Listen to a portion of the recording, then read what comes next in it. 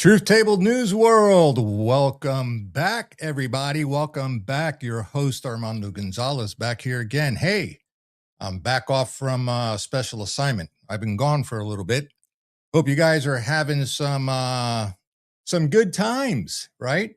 Hope you're having some good times. Yeah, lots been going on, man. Not only was I in special assignment, but I'm also got my third grandchild in on the oh man, I am exhausted.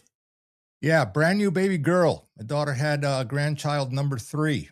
Finally got a girl. She's doing good, but she was 2.5 months early. She's in NICU right now, but both mama and baby are doing absolutely fantastic. Just opened her eyes up yesterday, and she is a absolute doll. Anyway, today, let me just give you some little bit of an update here. Hope you guys are doing great, by the way. Ghost will be popping in here in about 30 minutes or so. He's trying to wrap up some loose ends. So yeah, he'll definitely come on. He's already emailed me. So tonight's going to be a long one. Okay. And the reason being is that there's a lot to cover. I got some good stuff that I can share with you guys tonight while I was out on special assignment, having to do with the shitstorm that's going out there in the Caribbean. But I just kind of want to start off talking about, what is FEMA's role? What is their actual role? What is really up with them? A lot of people seem to know or have an idea of what they do and what they're responsible for, but not really. So I'm going to dive real deep into that. And then the second part of the show, the second segment, is going to be having to do with our current state. Okay, having to do with the presidential address last night. I would love to get your comments in the chat on what you thought about that. I have mine. I'm not happy about it. I'm kind of pissed off. I'm really pissed off at, let's just say, the entire administration and not necessarily the president. Okay, I support him. He has my full support, right? No problem there. It's the in-betweens that I have a problem with, because a lot of stuff has surfaced and has shed to light, and I kind of started drawing my own perspectives, kind of started connecting my own dots, if you will, on that whole thing, and I'm going to break it down for you, and I'm going to kind of forecast out on what I see coming in the beginning of 2026 and what I see coming probably for the elections in 28, okay? I'll just tell you right now, my gut is not very happy at the moment with what I see so far. So, but we'll cover that in the second segment. Just some quick announcements here to get started before I kick this off while I'm waiting for people to pop into the chat here. If you're new to Truth Table News World over on YouTube, we are streaming live over on YouTube. You can find me out there at Truth Table News World on YouTube, and of course here on Rumble also as well. Let's start out with taking care of some announcements. So the QR code that you see up there on screen, up there in the corner, scan that QR code on your device. Okay, so that way you have links to all my socials. You have links also to, guess what? 444 Media finally got the merch store going up. All right, so make sure you click on that. That's all available right now. I'm sporting the new t-shirt. This is the new VIP 444 Media t-shirt. I'll see if I can stand up a little bit and give you a better view. So we got the corner logo over here. Sorry, I can't point. And on the back, if I may, it is the full print, right? So that's the 444 Media VIP t-shirt. There's a bunch of other shirts that are out there. Hats, 2 styles of hats, one for Truth Table News World in white, and this one, the 444 Media hat. More merch is coming. Okay, so if you want to support the show, you can go ahead and do that. Just like I said, click the QR code that you see up on your screen there and look for 444 Media merch store, right? Merchandise store. And just click on the link. It'll take you right to the store. Or you can go down there on the bottom of your screen there where it says join, right? Or support, follow, whatever. You're going to see a little shopping bag there that says shop. You can go ahead and click on that and it'll take you right over to the merch store also as well.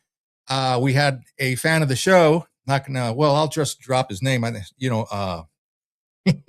Mr. Ranger. Hopefully he'll be in here popping in pretty soon. He got himself a hoodie. All right. He got the 444 Media hoodie. Yeah, I got hoodies out there too. So enjoy that. And I appreciate the support. JJ Johnson from Finland. Welcome to the broadcast. Let me see. Good evening. Gotta say, I love to see EU getting shit thrown at them. Farmers are the best. I saw that. They were literally getting sprayed with manure. That was actually really, really funny. Well, welcome to the broadcast, JJ. Glad that you are here sharing with us. We're gonna have let me see who else is here. Gosh, I'm falling behind here, man. I just am. Let me go over here. Let's see. At Jermaine dash CO3TB. I hope I got that right and I didn't screw it up. In the chat, Jeremiah Belcher, welcome to the broadcast. He's watching over there from YouTube. Awesome. Glad to see that you guys are all here. Jermaine also over there from YouTube. Thank you so much for popping into the stream tonight. All right, folks, like I said earlier in the beginning, in case you missed it, Ghost is running about 30 minutes behind schedule. He is trying to wrap up some stuff on his end. Like I said, things are happening. It's really, really busy right now. Sam Spencer, welcome to the broadcast, brother. Glad you're here. So what I'm going to do is as you guys know, I've said it before on previous broadcasts, I am reading William Cooper or Bill Cooper's book, Behold the Pale Horse. I've been wanting to get my hands on that book for a while, and I finally did. And I'm going through it like there's no tomorrow, right? But halfway through the book, I came to FEMA, okay? And that's why I coined the broadcast tonight. You know, what is FEMA's role, right? And we're doing a deep dive into FEMA tonight, along with some other stuff in the second segment of the broadcast today with current state, especially the presidential address, like I said earlier, last night, which I'm just going to leave it there. I'm not going to spoil it. But why FEMA? Why FEMA? FEMA plays a critical role. Where I'm at, geographically located, I have a big, really big camp near me. I have seen that facility with my own eyes. I went off-roading one day when I used to have my Jeep, and I accidentally stumbled upon it with some friends. There was nobody there, right? It's completely vacated, but there was a lot of white vehicles that had UN on them. I guess it was just overstock or whatever the case may be, but they were there. I didn't pay no attention to it. Everything was overgrown, lots of weeds. First thing that stuck out to me was the fence right around the facility. And the first thing that stuck out to me was the barbed wire on top of the fence. It was facing in and not out. That should tell you something, right? Okay. That facility, a few months ago, when we had these military drills here locally to me, lots of helicopters, you know, roads blocked off, lots of chatter going on, lots of scare, you know, all that kind of stuff. My buddy called me up and he told me, hey, the camp's open again. I'm like, what? He said, yeah, it's open again. I'm like, so, okay, cool. Well, so that kind of, you know, pointed in the direction of where I'm going tonight. So I'm basically going to go through a bunch of stuff here on FEMA, but I'm going to read to you what Bill Cooper said about FEMA. Then I'm going to give you what I uncovered during my assignment on what's actually public knowledge, okay, and what I found. And I want you guys to draw contrast because there are some irregularities in the actual, this is what's really their role, okay, compared to what Bill said in his book. Okay, so there's a lot of gaps in there. There's a lot of stuff that got shuffled around, but I'll let you draw your own conclusion and come up with your own opinion on what you feel is reality, I guess is the best way I can put it, or what is really pertinent to you because of what? Because of what I see coming down the road and not long-term out. I'm going to go ahead and just forecast beginning January. That's next month.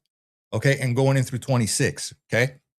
Lots of issues. So bear with me here because I got my report up on screen, but I'm going to read to you what Bill's deal is. Okay. What he said in his book and during his investigations. And we're just going to go from there. All right. So let's get it started. So FEMA basically could literally take over local, state, and federal government. This means that the Constitution of the United States could be suspended in the event of what? The president declaring a national emergency. He's already voiced that a few times, whether it has to do with immigration, whether it has to do with terrorism, narco trafficking, narco terrorism, Venezuela, who knows, right? It's just if he decides, hey, national emergency, here we go, right? Bill says in his book, FEMA could literally take over local, state, and federal government. This means that the Constitution of the United States would be what? Suspended. Okay? The diversions used are terrible if allowed to sneak through.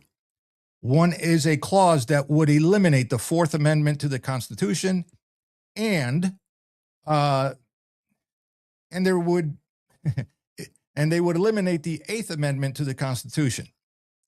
The diversion would cause heated argument over these two provisions, resulting in some sort of compromise while allowing the declaration of a 5-year state of national emergency, you heard it right, 5 years, to sail right through Congress and become signed into law. And then in bold print, he puts, if that happens, it's goodbye USA, hello New World Order. Okay? Now, understand that this book was written some years ago, I believe 1989. All right? So he's in that reality, in that realm back in the 80s. All right? So call your congressman and insist that he or she deliver into your hands a complete copy of H.R. 4079. You may want to take notes on this. H.R. 4079. This is important. And do it immediately. This was back then. Okay? Do not take no for an answer and defeat it. Read it and defeat it, right? So this was added before press time. H.R. 4079 may have been secretly passed into SB. Senate Bill 2834 was passed, and H.R. 4079 may be public law, and that PL or public law is 101-647. And we're going to cover and dive into all this, okay? And this was signed into law by President Bush on November 29th, 1990. If this has occurred, then we're already subject to FEMA's takeover. Okay? FEMA's takeover. All right? I'm attempting to acquire a copy of PL 101-647. This late breaking news was furnished by a congressional staffer member who has not been verified as of January 8th, 1991. Okay, so we're talking in the 90s here. And then he goes into H.R. 4079 and FEMA, Federal Emergency Management Agency. Keyword there, management agency, okay? A tool that can be used to establish the police state. Patriots and tax protesters must never be found at home on any holiday. Your life depends on how well you can obey that rule. So what's he basically saying here? I'm going to fast forward here. And again, my opinion, okay, allegedly, all right, whites, Christians, patriots, veterans, targets, okay, targets. Get yourself this book and read it. I'm telling you, it is a great read, okay, but never be found at home on any holiday. For example, Thanksgiving, Christmas, right? Because they got your name, your address, they know where you're at. They can easily just show up at your front door and say, we'd like to take you in for the questioning, okay? Or papers, please, one of those deals, right? So that's coming out of Bill's book. Now, I'm going to dive in and let you guys know about what I found in my investigation as far as what is actual law according to our government, and how they interpreted Bill's investigations. I'll just leave it at that, right? So here's a summary of what powers Federal Emergency Management System, or agency, FEMA, has from its creation to today. And this covers what the law and regulations actually give FEMA, okay? Ooh. So, FEMA has, from its creation to today, done the following. All right. This basically just covers regulations actually given to FEMA permission to do sometimes, and what it does not do. All right. So origins and legal foundations, Disaster Relief Act of 1974, which is Public Law 93-288, was the early federal law for disaster relief. FEMA's earliest federal disaster assistance roots trace to this law, which is FEMA +1. All right. Alley Cat, welcome to the chat. Sam, Spencer, Shashir, Cat. Man, haven't seen you all in a while. Thank you for stopping by. Awesome. Awesome. Alley Cat saying here it's a very good book. Yes, it is. Indeed, it is. All right. So FEMA was officially created April 1st, 1979 by Executive Order 12127 and expanded under Executive Order 12148 to unify many separate agencies and functions dealing with emergencies, civil defense, disaster relief, and coordination under one roof. That would be FEMA +2. Now, the core statutory authority for FEMA's modern mission is the Robert T. Stafford Disaster Relief and Emergency Assistance Act, okay, which is Stafford Act Public Law 100-707, and this is from 1988. So the law defines how federal disaster assistance is delivered, triggers for federal involvement, and what FEMA can do, okay? So FEMA's key powers and responsibilities over time, including up to today. Under the Stafford Act and other laws, FEMA is empowered to lead and coordinate federal disaster and emergency management for all hazards, including natural disasters, terrorist attacks. Keep that in mind, terrorist attacks, and other emergencies. Okay, other emergencies. Remember Bill Cooper? Bill Cooper said what? President invokes national emergencies, FEMA takes over. Okay, management, right? Just like they took over in North Carolina with the mudslides. Sorry, yeah. All right, so triggering federal aid via declarations. When a state's resources are overwhelmed, the state governor can request a federal major disaster or emergency declaration. If the president grants it, FEMA becomes the lead federal agency for coordinating assistance. All right. This is GovInfo +2, Department of Homeland Security. Coordinating federal response via federal coordinating officer or the FCO upon a disaster declaration. FEMA appoints an FCO to lead the federal disaster response and coordinate all federal aid, resources, and agencies involved. Okay, that's from GovInfo. All right. Providing direct assistance to states. If I can get my freaking mouse to work here, that'll be great. There we go. Providing direct assistance to states, tribal governments, local governments, nonprofits, and individuals. This includes financial assistance, grants, emergency protective measures, debris removal, temporary housing, rebuilding support, and more. So first question I got is, those of you that are from North Carolina, I think a couple of you in here are, did they do any of that during the mudslides and the floods? It's just a question. And I am scrolling the chat, so feel free to pop in. All right, so hazard mitigation and preparedness programs. FEMA leads or supports planning and grant-based mitigation efforts before disasters strike.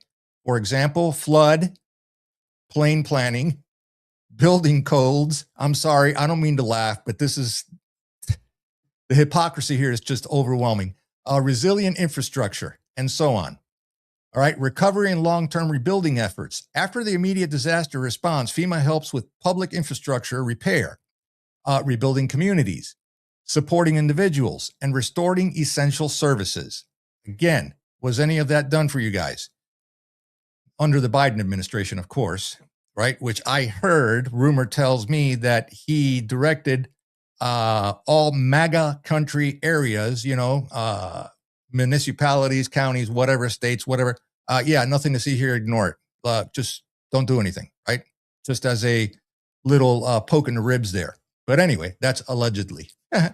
So now, coordinating with state, local, tribal governments, FEMA's statutory role is as a support agency, not the lead at the outset. Disaster response responsibility lies first with local agencies. All right. Listen carefully here because this changes. All right. Then state FEMA supplements when those are overwhelmed. And that's from GovFacts too. All right. All hazards mandate FEMA's mission covers natural disasters, hurricanes, floods, tornadoes, earthquakes, wildfires, et cetera, et cetera. Public health emergencies, terrorism incidents. That's a new one. Terrorism incidents. Okay. FEMA takes over. Remember the camps, right? FEMA camps, barbed wire facing in. Okay. And other man-made disasters or emergencies. See, this is very, very broad. They're not really giving you details as to what the specifics are, like terrorism incidents, right? Are you talking about mass shootings? Are you talking about, explosives? What are you talking about here? They don't tell you that, right? Which basically segues for the president or whoever's in power at the time to invoke a national emergency, meaning would that trigger martial law, which FEMA, according to them, is not responsible for, okay? But why are they involved in terrorism incidents, right? Or other man-made disasters, all right? And pause here for a minute. Cheshire Cat, I know, is from there, all right? And states, FEMA didn't do shit to help people in North Carolina during the flood. In the past, they have, after hurricanes, but not recently. There you go, okay? I'm just saying, right? This is not tinfoil. This is real deal. They're here in the chat stating this. So, additionally, there are legislative enhancements over time that have expanded or clarified FEMA's role. There you go. All right. That is the boogeyman right there. Additionally, more enhancements. You're going to love this shit. All right. So the Post-Katrina Emergency Management Reform Act, or PKEMRA, in 2006, reaffirmed FEMA's mission after major failures in disaster response during Hurricane Katrina. It strengthened FEMA's authorities, clarified roles, and granted it certain reformed responsibilities under the new structure, especially because FEMA was by then part of the Department of Homeland Security, or DHS. Okay? So, over time, laws such as Disaster Mitigation Act of 2000 and the Disaster Recovery Reform Act of 2018 have expanded FEMA's emphasis on mitigation, preparedness, resilience, and recovery beyond just responding after disaster. Okay? So, what FEMA does not have, and what is often misunderstood because FEMA's powers have clear legal limits. Many common misconceptions about FEMA authority are incorrect. Okay? This is where they come back towards Bill Cooper and on what I just read to you, right? So FEMA cannot unilaterally take over, in quotation marks, take over states or deploy itself without a governor's request or without a presidential declaration under the Stafford Act. The law is based on cooperation, meaning local, state, federal. Okay? FEMA does not inherently have law enforcement or martial law type powers. Its mandate is disaster response, mitigation, and recovery, not policing or indefinite detention. No statutory authority grants it general domestic law enforcement jurisdiction. So if that's true, what I just read, where does terrorism fit into this into this narrative that I'm reading here?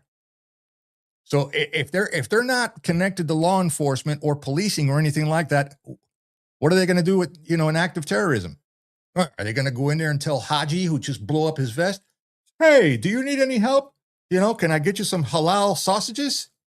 Come on, really.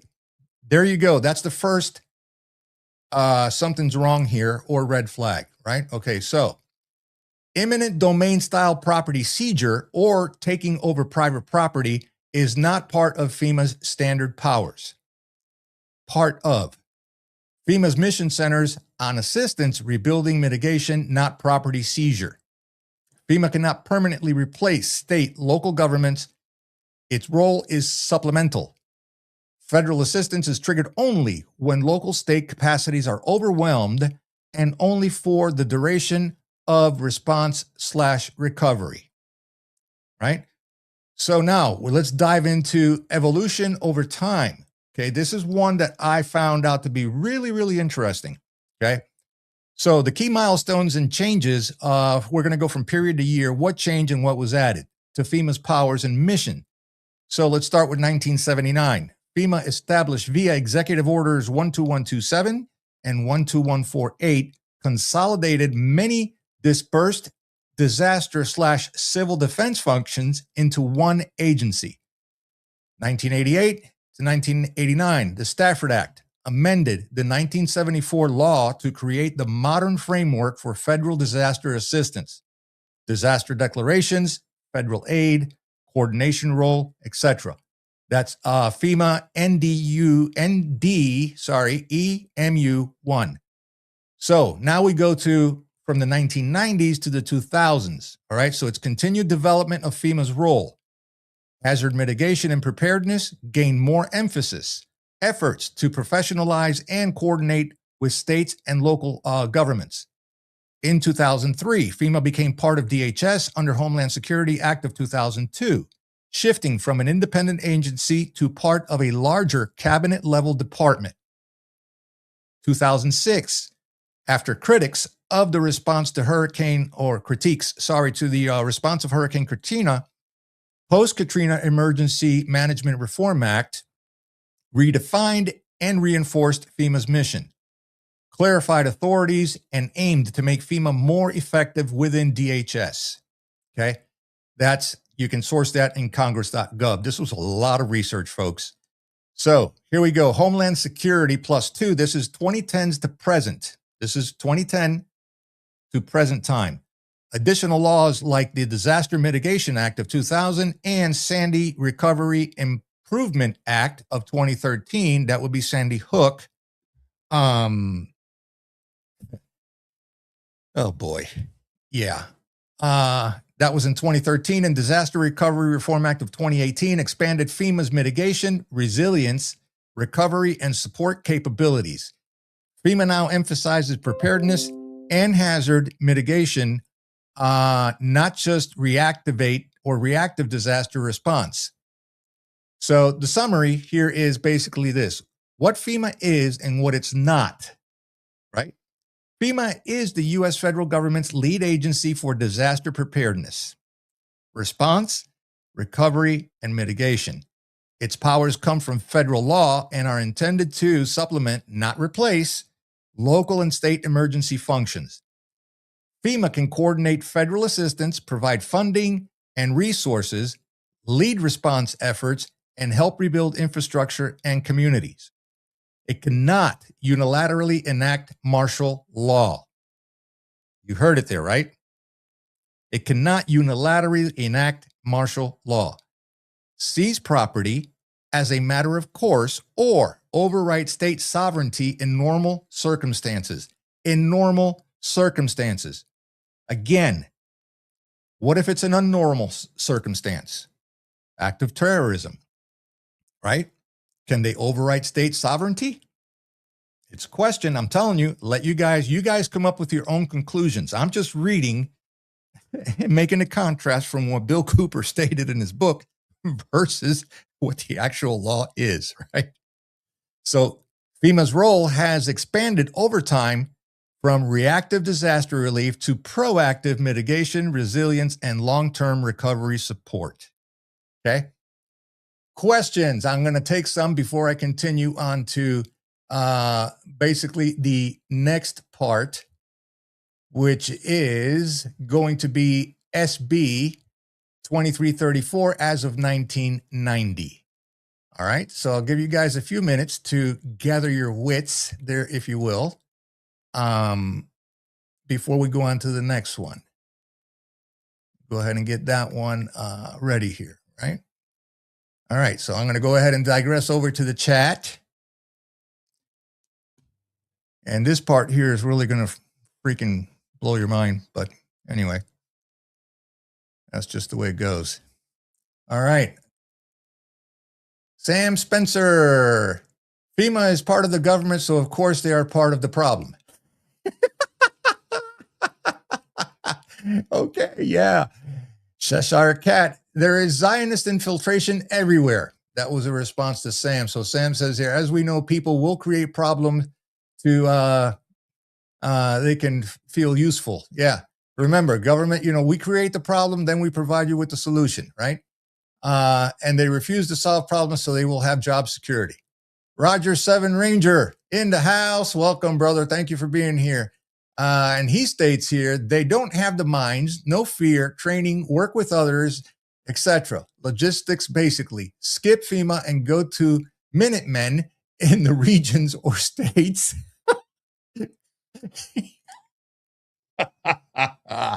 Oh, man, this guy kills me. Yeah, seriously, here's your cancer. Oh, man. J.J. Johnson, gotta love those FEMA very quinotes will get some use. Oh, man, I love this audience. Awesome. All right. Yeah, we're going to get hot and heavy tonight, folks. All right, so this is now some key unclassified stuff I dug up, provisions in the bill text, all right? So here are many provisions that are public, i.e. not part of the classified schedule, right? Oh, boy. So section entitled, what it does, Title 1, Intelligence Activities. Does that mean snooping? I don't know. Maybe. So this authorizes appropriations for fiscal year 1991, quote, for the conduct of intelligence and intelligence-related activities of U.S. agencies, including the Central Intelligence Agency, or CIA, Department of Defense, DoD, National Security Agency, NSA, Defense Intelligence Agency, DIA, and others, State, Energy, Treasury, DEA, FBI, military services, etc. So all of the above, the full might of our government, right? Intelligence Resource Program, right? So Section 102, Classified Schedule of Authorizations, states that the actual amounts authorized in personal ceilings are those in a classified schedule, which is part of the Act and was distributed to Congress and the presidents. Intelligence Resource, Section 103, Personal Ceiling Adjustment gives the Director of Central Intelligence, authority to exceed authorized civilian personnel ceilings by up to 2% or a given agency, if needed for important intelligence functions. Requires prompt notification to congressional intelligence committees if used. So intelligence resources, right? The program. Title 2, Intelligence Community Staff. The ICS authorizes appropriations, unclassified amount, for the intelligence community or staff for fiscal year 1991. Get these numbers, folks, right? $28,900,000, of which $6,580,000 is earmarked for the Security Evaluation Office of CIA. Intelligence Resource Program, personal ceiling for ICS authorized for 240 full-time staff as of September 30th, 1991, including 50 dedicated to the Security Evaluation Office of Intelligence Resources Programs. Administration of ICS and ICS staff operate under the same legal framework as CIA, subject to the same laws. Intelligence Resource Program Title III, CIA Retirement and Disability Systems, or CIARDS, is the acronym there, authorizes $164,600,000 for fiscal year 1991. I wonder what that amount is today. All right, so to fund CIA's retirement and disability system. Are you following me here so far? FEMA. Okay, this funding is to fund the retirement and disability system for the CIA. Intelligence Resource Program 1, amendments to retirement law, removes 15-year career review requirement for certain CIA employees eligible under CIARDS or special federal retirement categories, makes election of CIARDS participation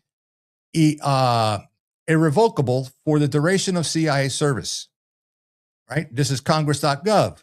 All right, so now spouse and survivor benefit provisions modifies rules for former spouse eligibility, remarriage, survivor annuities, and benefit elections for CIA retirees, including the spouses married after retirement.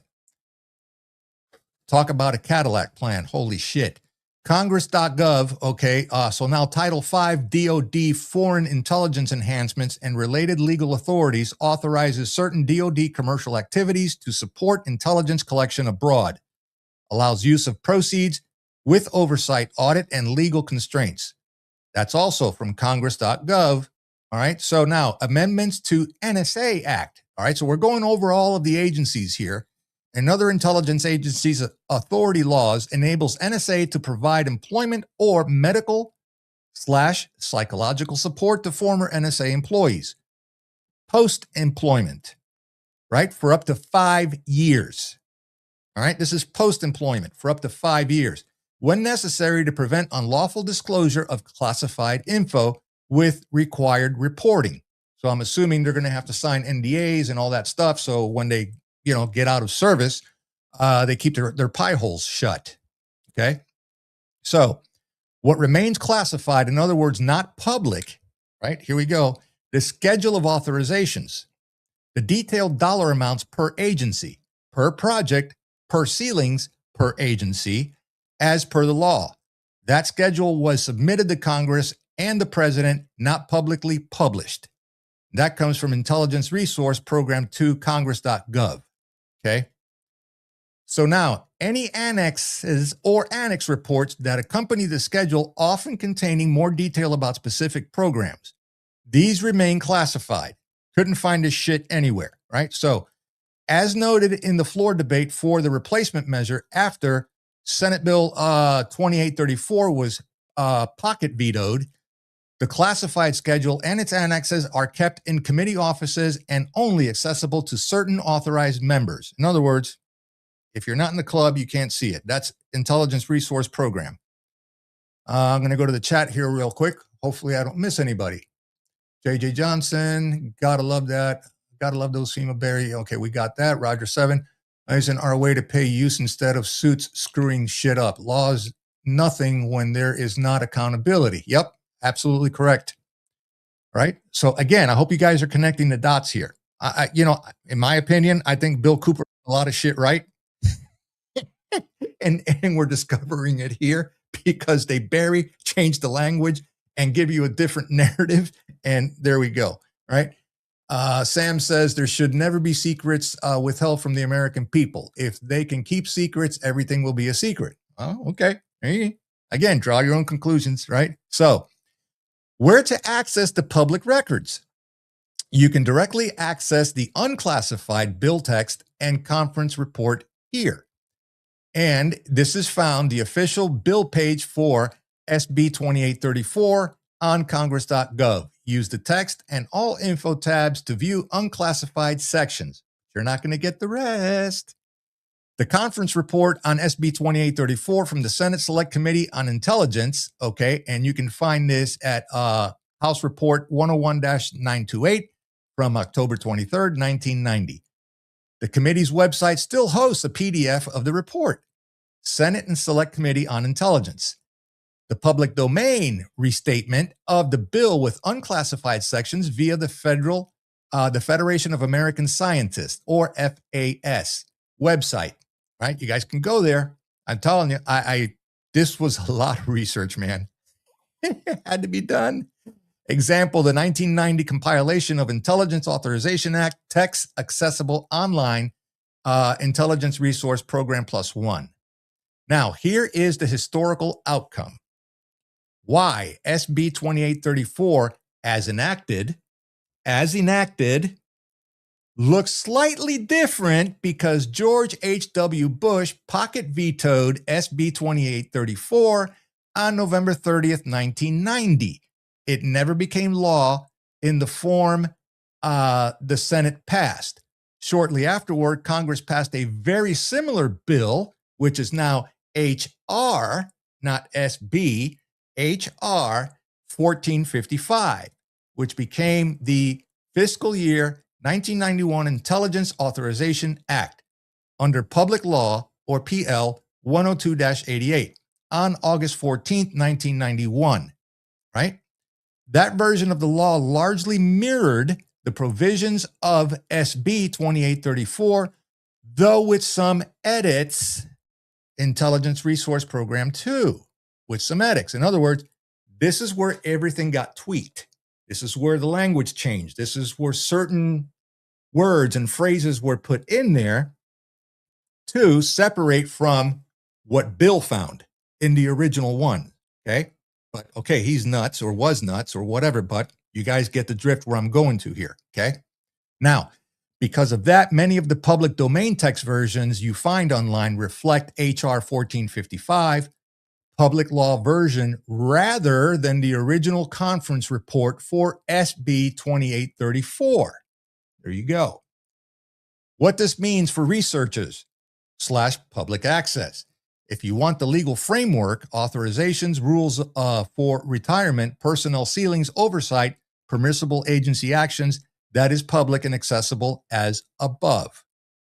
But it's not the original, okay? If you want actual funding amounts per agency, personnel numbers, program by program allocations, those remain classified, of course, or were classified at the time. So the public bill or copy does not show them.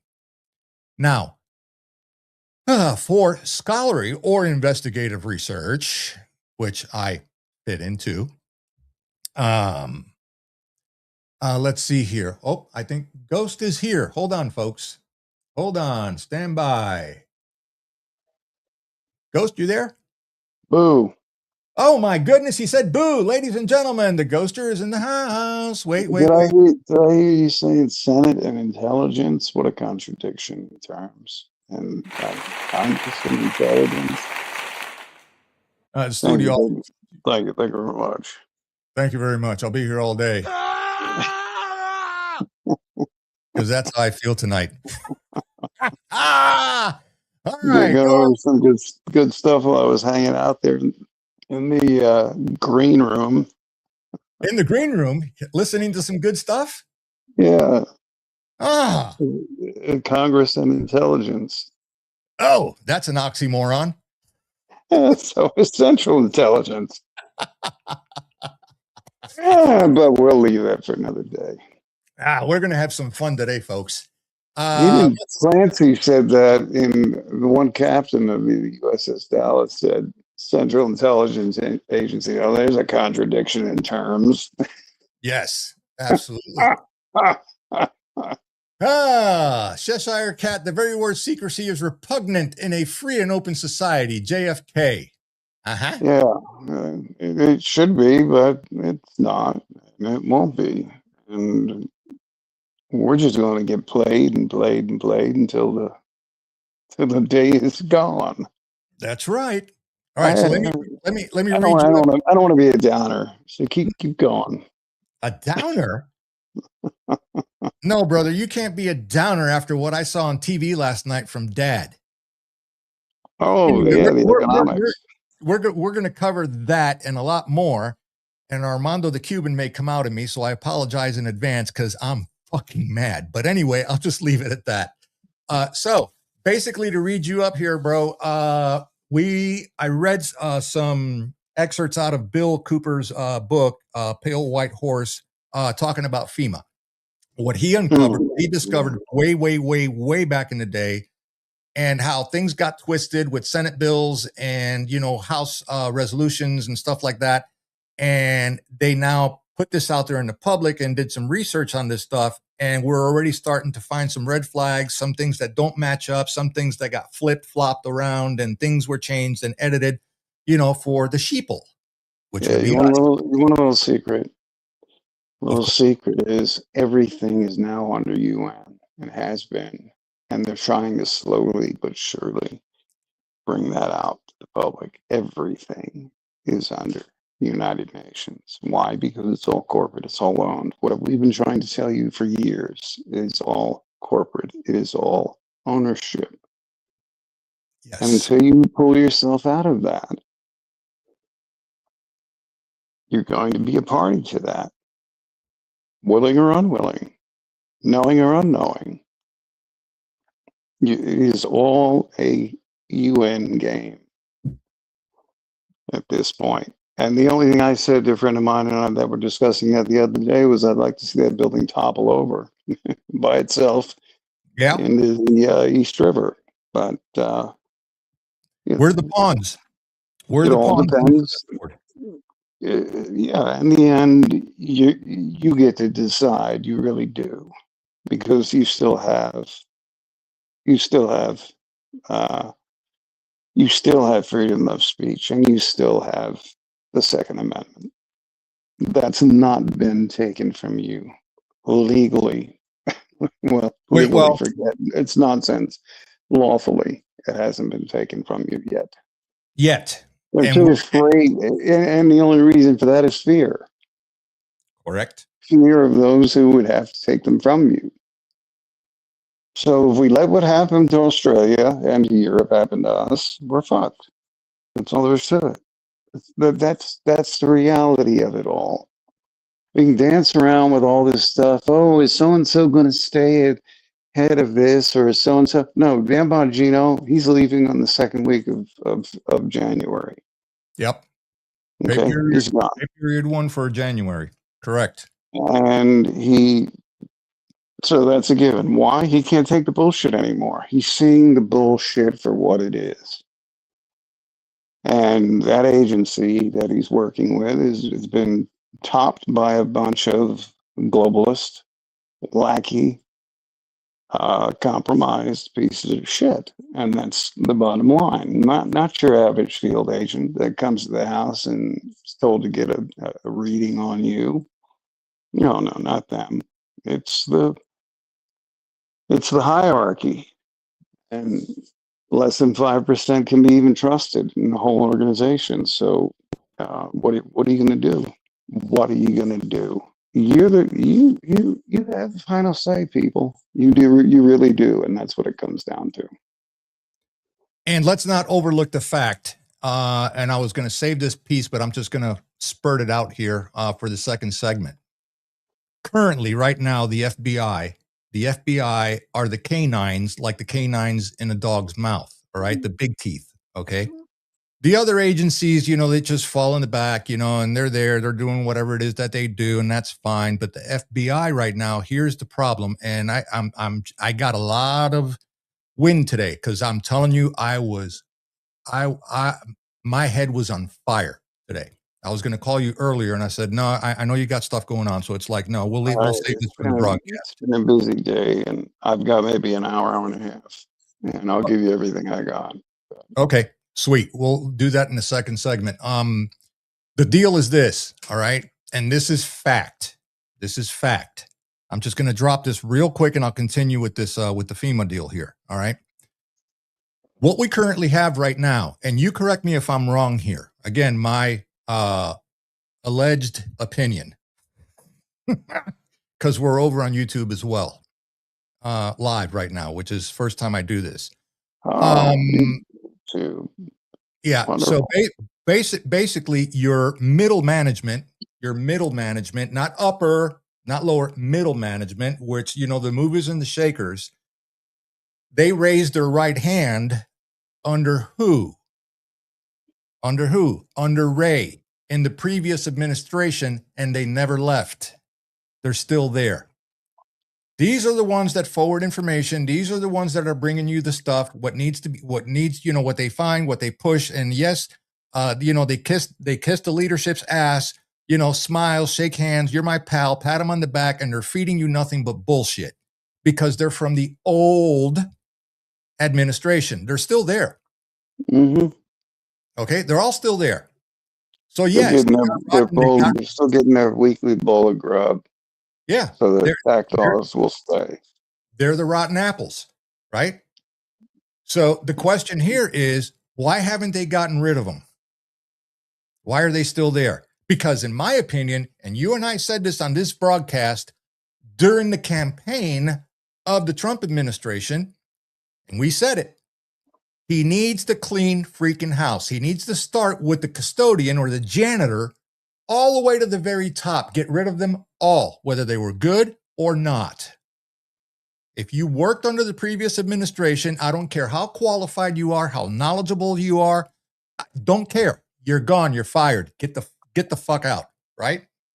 And Qualified. start putting people in there after you vet them that you deem loyal to your new administration. That never took place. That never happened. I'm going to leave it right there because I don't want to give the cat or let the cat out of the bag, right? So we'll I save think, that for later. well, look at the address last night. It was all economics. And economics is the basis of it all. That's the most important thing. Whether you have enough to eat, whether you have enough to pay for gasoline, whether you have enough to pay your monthly bills and support your family.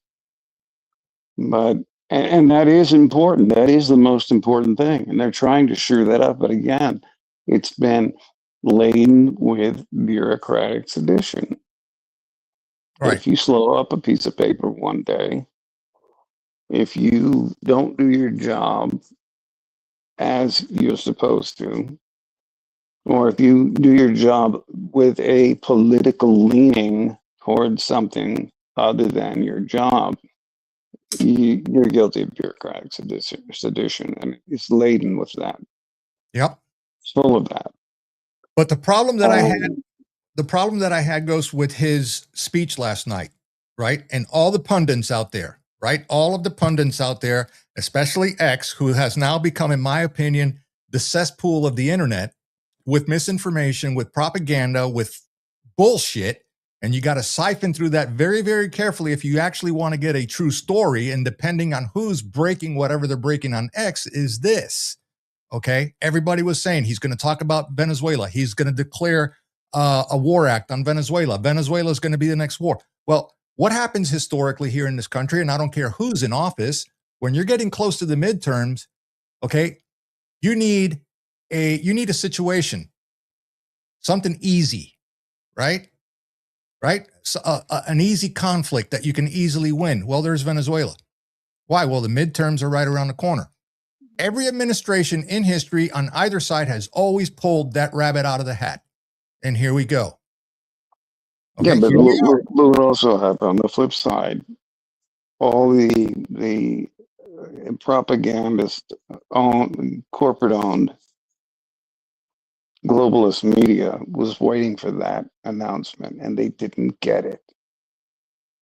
So they got to fumble again, didn't they? Mm-hmm. So everything works both ways. And for that reason, it worked well because you had people like people saying, oh, Tucker Carlson was saying, talking to his sources, that he was going to talk about war in Venezuela. None of that came up. None of that came up. None of I that. can guarantee there's going to be targeted strikes. Oh yeah, that's going to come. And who was responsible for that? Because Cat came out of the bag. Okay, I'm sorry, folks, and I don't mean to get long and dive here, but this was infuriating. That was a 20-minute speech. It was read off a teleprompter. He stumbled, he bumbled reading off a teleprompter because, Trump does not do teleprompters. He likes to go off the cuff, okay? But it was a broken record being replayed again. Look at what I've done. Look at what we've had. Look at this. Look at that. We're making strides. Okay, great. Fantastic. All right. Close the border. Beautiful. Love it. Okay. The economy's doing great. No, it's not. Inflation's going down. No, it's not. Okay. There was a lot of stuff. But here, who gave him that speech? Susie Wiles. How much time did he have when he finished? Hey, was I on cue? And says, yep, I gave you 20 minutes and you were right on the 20-minute mark. He rushed right through it.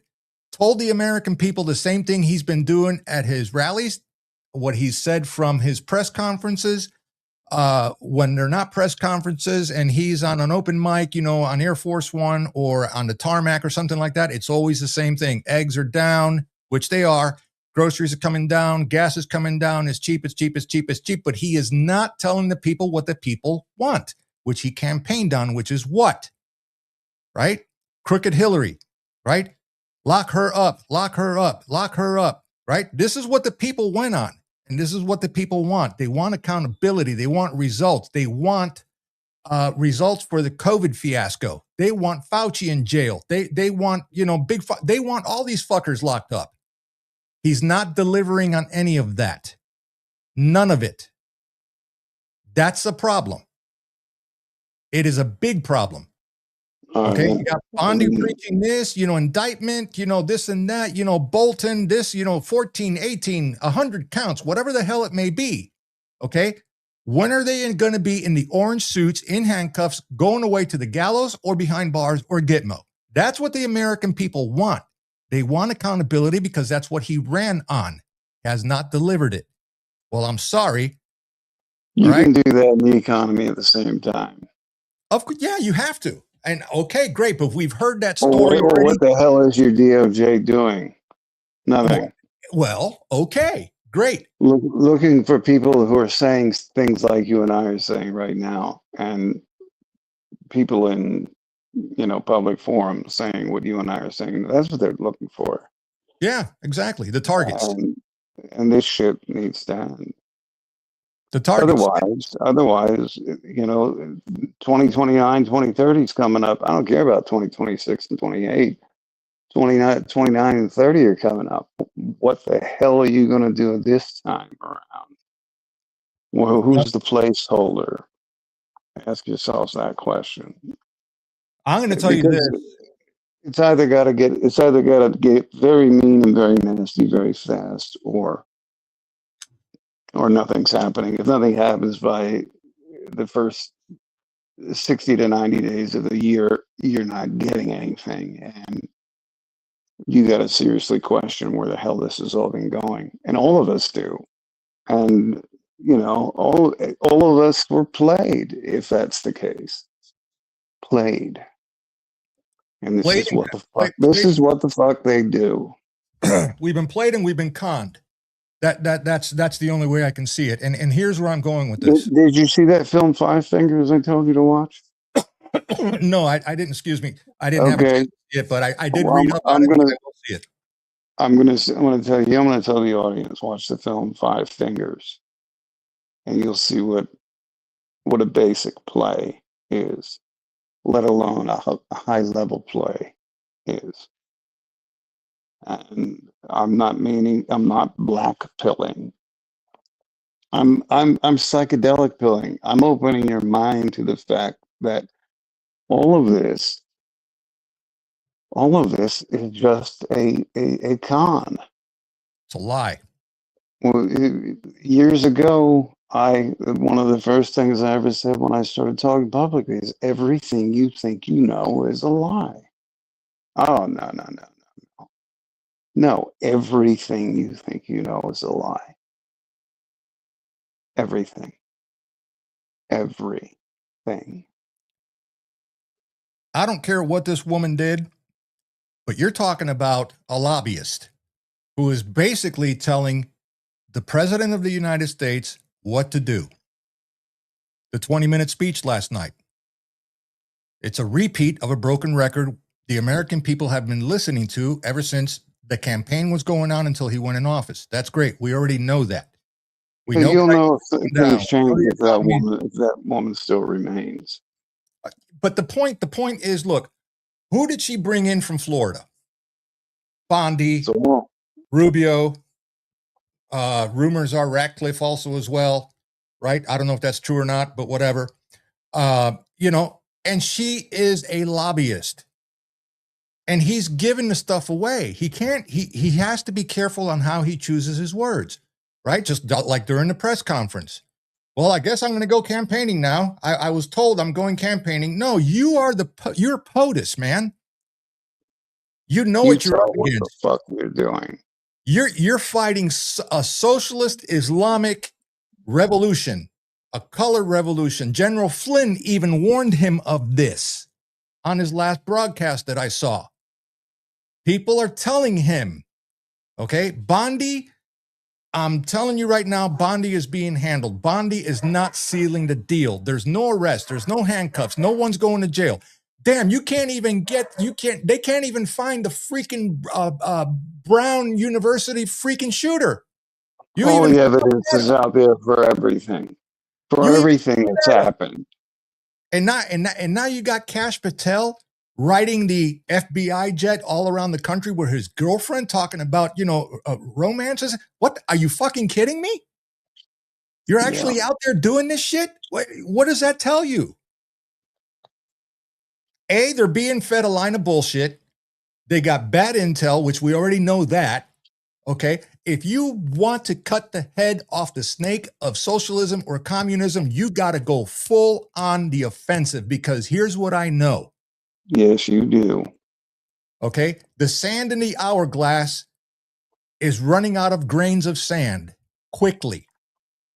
Okay. And now when the campaign season comes along for the midterms, that's going to take more time from his schedule. The man doesn't sleep. He does not sleep at all. He's already been caught falling asleep during press conferences. Okay. Mm-hmm. The executive order he signed this Who the hell afternoon wouldn't? for Just declassifying kidding. for reclassifying marijuana, he dozed off a couple of times on national TV. I caught him. I was looking at the time. After he was the one who opened it up for hemp products. Yeah, it's now been reclassified. Okay, great, for medical science, cancer research, and all that stuff. That's awesome. That's called, the reality of that is the battle with the power of the global pharmaceutical bloc. Yes. All right, this is why we had shortages in this country of certain medications, and why people were suffering, including myself, suffering because of it. Because the pharmaceutical companies pulled back. They said, and their excuse was, "Oh, we're not getting the raw materials from China." Well, why the fuck are we getting raw materials from China to begin with? Why aren't we producing our own? Why aren't we employing Americans to produce raw pharmaceutical materials, to produce the more complex pharmaceuticals? Certain ones, yes, are manufactured in this country. Because a the lot money of them people, are. the bankers, the money people, the ones, the shakers and the movers are his stumbling block. They're in the way. Yeah, Okay? well, you can get a prescription of Xanax in Europe for basically a 1 month supply for $5 or $6 US. Where here you pay $127. Ask yourself why. Yeah, well, you got to pay the piper. And oil. Look, there's as much oil. There's more oil now because of technological increases in the ability to tap into oil resources than there ever was in the 70s. Oil should always be, gasoline should always be at 99 cents a gallon. But no, you got to base your petrodollar on it because the rest of the world's walking away from it. Yep. What are you going to do with bricks? You can't fight bricks with petrodollar. That's the bottom line. You can't do it. So there has to be a breakdown somewhere where you're going to go to some, you finally refined by playing the fools and the greed of the idiots out there who bought into the, and some of them made fortunes off of their cryptocurrencies. But your cryptocurrency is a concept. It's an idea. Just like a dollar printed is an idea. Doesn't represent shit. It never has. In your lifetime or the lifetime of your great grandparents to great great grandparents, hasn't meant anything. It's been an agreed to concept of exchange for your life, the hours of your life doing something, whether it be a physician or a ditch digger. It doesn't matter. You're exchanging those hours of your life for something agreed to that is valueless. The only thing on this planet that has value is you.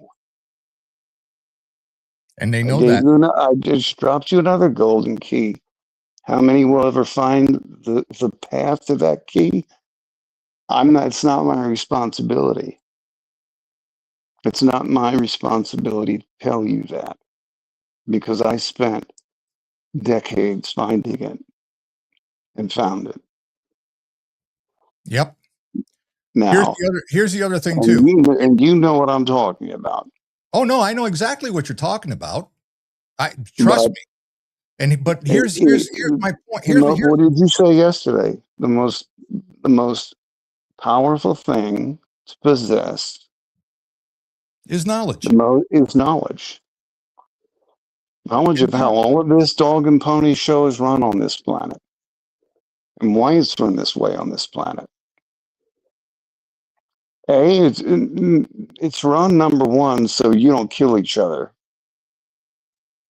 Number two, it's run so you don't figure it out.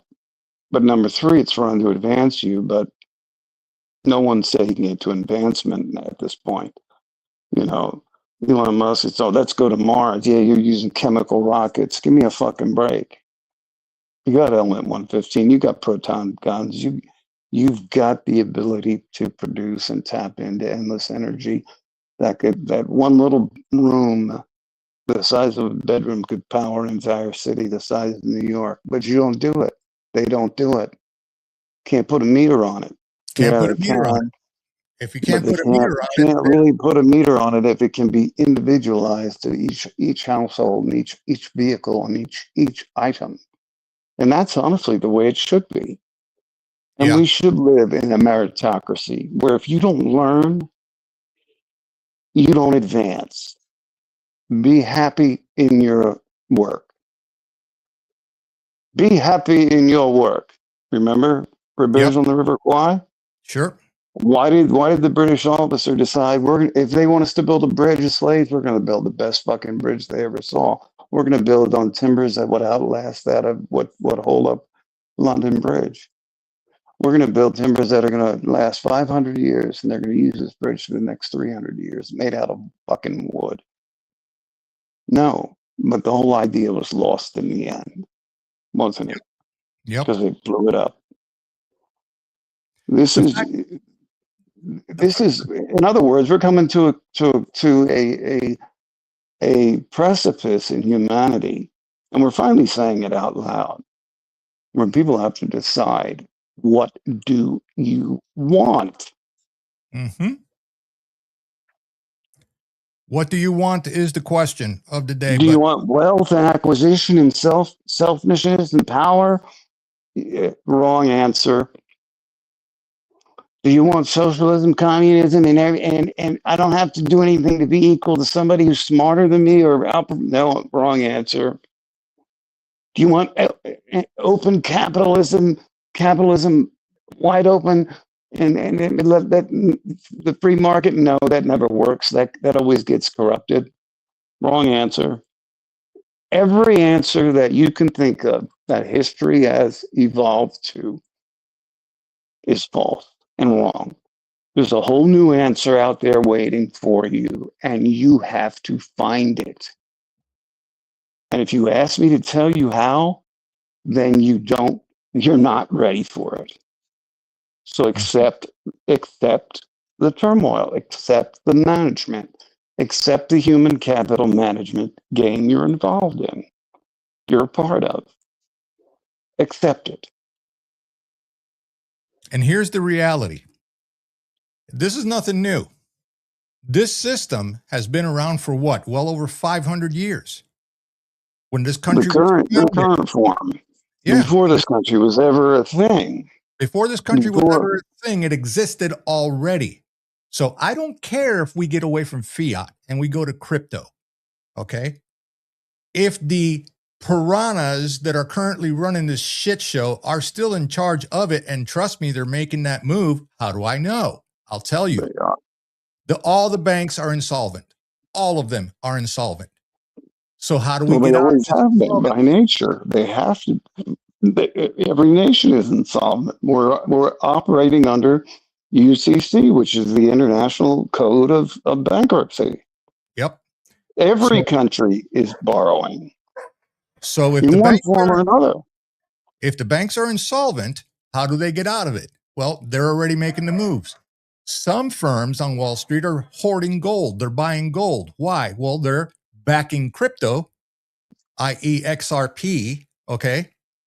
And some other ones, Solana and, whatever else is out there. Gold will go to 40,000 an ounce plus, and silver will go to 10, 15,000, 16,000 an ounce plus. because that's especially coming. with new developments. So that's All coming, of and that's that's going to coming. happen. And once these banks get on board with the quantum system and fiat is gone and they're on crypto, well, guess what? They just took care of the insolvency problem, right? Well, then And you're on human predictive behavioral programs with quantum added to it, which has been in use by a certain central bank of all central banks since the late 90s. Make no mistake, future proofs past means this. What you're experiencing now and what you're being told about now already has been done. You just haven't been told about it. So to you, it's the future. And the past means nothing because it's gone. So it'll prove what you believed was going to happen because the future doesn't exist. The future is in the moment. Right now, mark time. Okay, now we're in the future. Okay, yeah, mark time. Now we're in the future. Mark time. Now we're in the future. There is no future. The future is not predetermined. It's not told to you in a book. The Bible doesn't tell you what's going to happen. I'm sorry. Get over it. Get over it. And those that created Mohammedanism for these idiots that buy into this, because they had to find a system. You've got to understand you're dealing with brilliant minds that had access to information from thousands of years prior. So they said, wait a minute, these ridiculous people in the Middle East whose minds are the smartest, but yet the most devious, yet the most, let's say, not so nice minds that had to dominate this region of the world had a very harsh environment to deal with. So we're going to have to come up with something that we can control them with. So as of 7 and 800 AD, you had your prophet, your so-called prophet. But I mean, like that one Dutch guy who got his head cut off. mhm. The problem is this, man. While we and He was here's the other, calling in just then. yeah, So make no mistake about it. What you put all the goodness of your human soul that is channeled into the idea of Islam. It's no different than everything that was channeled into Christianity prior to that, and that was because those stories were retold from thousands and thousands of years ago. Only you weren't told about it. All right. I'm the deal is sorry. the deal. No, It's no, all no. been a while. The deal is this. All right. This is what I see. I think we lose the House in the midterms, and we may go ahead and keep the Senate. If we do that, we got a lame duck presidency, more or less. Okay. Here's what I do know. If the boss does not pivot and come on with an offensive posture and start delivering accountability for everything, the stolen election, COVID, the All indict, of it. all that, all By of it, sticking the guns in the faces and using the power that you have. and all And that, so what? Let the people cry and bitch and moan. right? That's what Even they though, always do. and if the banks get out of their insolvency with crypto, which XRP is basically storming the globe now, and it is going to be the number one coin to go to. Now the banks are no longer insolvent, right? So what happens? Well, hey, you want a car loan? Yeah, with crypto. Hey, you want a mortgage for your house? Yeah, hey, crypto, no problem. Yeah, we'll take care of it. But guess what? The fraud continues. The thievery continues. It's the same racket using a different currency until you cut the head off the fucking snake. And the only way to do that, you're going to have to pick up arms and you're going to have to go to battle. I'm sorry, ladies and gentlemen, and I'm not preaching violence here, but it's going to have to come to that. Every nation, even the one I was born in, okay, the problem is that my people back in the day didn't have the fucking cojones, all right, to actually stand up when they had the chance to do it because they loved their skin too much, okay, and didn't do anything about it, and we lost it and have never gotten it back. And No what country ever was has. the history of Cuban Revolution before that? The weakest empire always becomes the one that the other up and coming empires feed on. Exactly. The Spanish Empire was the weakest at the time, so the British, the French, the German, the Russian, and the American Empire fed on that. How did we feed on that? We fed on that with the Spanish American War. Not only did we get Puerto Rico, Guam, Philippines, and several other territories in the Pacific from it, but we started to gain our footing as an empire. Well, the days of even the centuries of empire building are over, and nobody wants to admit to that. To say that, oh, is that un-American to say that? No, that's realistic to say that. That's the future. So the future is nobody knows. If it really comes down to it. If it doesn't come down to it, it comes down to what you're saying. Same old process of F.E.V.E, but theta being the main word of that, as of life or of life. Okay. What do you choose? Do you go with the same ones in the shadows who've been choosing it for you for thousands and thousands of years? Or do you break away from that also and say, okay, fuck all this? Here's and I'm Let's bring it all to the surface and let's decide. Yes, we're going to have a mess for a while, but yeah. what are we really going to? What do we really want for the future? Do we want? Oh, you think you deserve it because you're alive, or do you want it because you've a meritocracy? The improvement of the self is the future. I'm telling you that right now. It's the improvement of the self from childhood to death. A constant improvement of the self. That is the future. That's where the best ideas are going to come from, because there became a plateau with the Industrial Revolution, with Great Britain leading that at one point, and then they reached the plateau, and everyone else caught up. And then when it came to the next plateau, it was nuclear. And the United States, because of our vantage point coming out of World War II, we took nuclear to the next level. That brought everything else to the next level. And then the integrated circuit and the silicon chip, basically, because of Apollo program and the space program and all of that, that became the next plateau.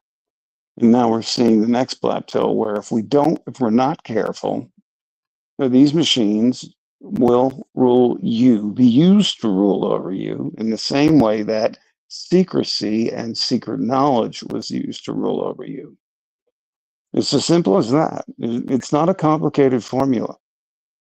And that would be AI you speak of.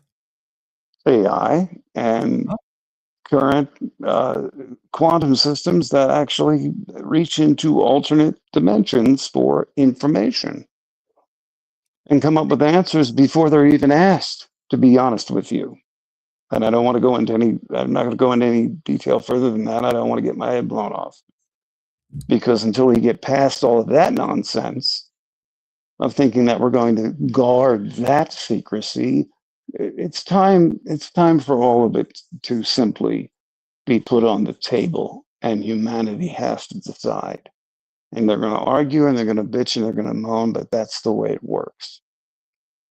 You wait till digital ID kicks in. That's coming too. And I'm telling you, between that AI and what I see coming, and all their little fun toys and their little ways of human capital management. But until you decide to end the human capital management concept, And stop basing capital on humans and basing capital on concepts and ideas and growth and going into the stars. There's never going to be any end to this stupidity on this planet. And it will remain contained as it is. So I'll give you my prediction on what I see based on what I've been hearing and what I've been uncovering here lately. Okay. Here's the deal. The left, the Democrats. Yeah, they may argue and fight in between each other, but when it comes time for them to circle the wagons and go on the offensive, they get together, they team up, and they come at you viciously. Okay. Here's what I know from what I've seen, because for me, it's a repeat of history given my background. We are in a current state right now where, as Legault said, the future is now, Mark, okay? If Trump does not pivot quickly, okay, get rid of the immediate garbage around him, Susie Wiles, middle management FBI, especially them above all the other agencies, okay? Because they're your first go-to. Start fucking deporting more of these illegal bastards, because that's come to a snail's crawl. Stop relying on an attorney just because you knew him since you were 15 years old, and find the real brilliant minds out there in law. Because guess what? Especially out in Los Angeles, their holding facilities, okay, they're fucking empty. They're empty. There's nobody in them. Until you start deporting these people, deporting these terrorists, getting rid of the Islamic problem that we have forcefully, or by any means, by hook or by crook, this is not gonna go away. It's not. And here is the preeminent ground force insurgency methods will be turned against us. Yes, correct. Okay, so where am I going to with this? You can't allow that to happen. If we do, here's the other thing too. Trump's freaking 80 years old, man. Okay, they're bogging him down with so much, campaigning, we have to do this, we have to do that, sign this EO, sign that O. How many MAGA senators do you think we actually have currently right now? How many? Anybody in the chat? Do you know? Not enough, because I've seen too many go by the wayside, too many not endorsed and lost, too many, and they're out there and they can hear this. They didn't make it. I'll tell you. The good ones didn't make it. One. There's only one. Because you had the RNC standing in the way in every state. I saw it up close and personal. In every state. And none of it. Okay. They didn't want them. No. There's only one. That's it. The other ones have retired in the first administration or his first term. Most of them are gone. They're retired. Look, say whatever you want, whether you like her or not. Marjorie Taylor Greene, who's my representative, District 97. They got enough to get their retirement and they left. Here where I am, okay? They kept stifling her, blocking her from doing whatever. It took her 3 years to try to get a bill across. Okay, a bill. FBI, let me go there here with this. Okay, and let me paint this scenario for you, Ghost, okay? Let's just say that you're an FBI, you're boots on the ground, you're given a mission, you find intel on whatever that mission entails, you have hardcore proof, hardcore evidence to circumvent whatever threat there may be, or future threat, or whatever. Where do you take that information to? You take it to the next layer up, and guess what? They're not doing a fucking thing with any of it. Okay, what is the next layer up, specifically? What branch? In the chain of command. Uh-huh. Okay, you know where all the majority of the shit is going to? To the Senate. What does the Senate do with it? Nothing. They sit on it. Nothing. Not a fucking thing. And that's where the problem is. This is where Trump's enemy is. Okay. So I hope he hears me, and Why should he? I mean, I'm fucking lower than Pond Scump here on my fucking channel. But anyway, if he does not go on the offensive and take charge instead of being handled by Susie Wiles and all her fucking bullshit, okay, you know, the freaking you know, lobbyist, if you will, and he doesn't start It's not like he just did her. There's others. in the beginning of 2016, along with the others. Okay, this is a death spiral. I see us losing the House in the midterms. I see us losing the election in 28. And you know what's going to happen? If it goes back the other way, these motherfuckers that we had here under Biden and their entire cohorts, they are going to come at us with everything that they got. Okay, they're going to target me. They're going to target veterans. They're going to target, you know, podcasters, whatever. Anybody, okay? We're going to fucking die. We're going to get deplatformed. They're going to fucking come and kill us all because they're going to end this shit. They're coming after everybody. You'll either be jailed or you will be taken out. You can kiss your guns goodbye. You can kiss your rights goodbye. You can kiss all that shit goodbye and welcome to fucking communism. Okay? I don't see the Somalis leaving Minnesota. I don't see, you know, all these assholes that are here now illegally getting out. Show me something. Like, oh, we deported 1,000 people. We got fucking over 25 million here. Get on the offensive. Grow fucking cojones and let's get the show on the road already. Because here's my fear. We lose this in 28. No one's coming to save you. You guys have heard that before. You're going to have to pick up fucking arms and you're going to have to defend your fucking homestead because it's going to get real. This is why people like Sarah Adams, Sean Ryan, they're all telling you the same thing. Prepare, prepare, and prepare now. The lights will fucking go off. I'm telling you. We're going to start seeing an offensive maneuvers, okay, by the other side starting week 1 of January. That's next fucking month. So with everything that's on the table right now, Trump has to make time for campaigning for the midterms. That's going to take up more of his time on top of the fact that the man doesn't fucking sleep and it's obvious. Plus he's 80 years old. How much more are they going to continue to push this man and nobody's fucking supporting him? You and I,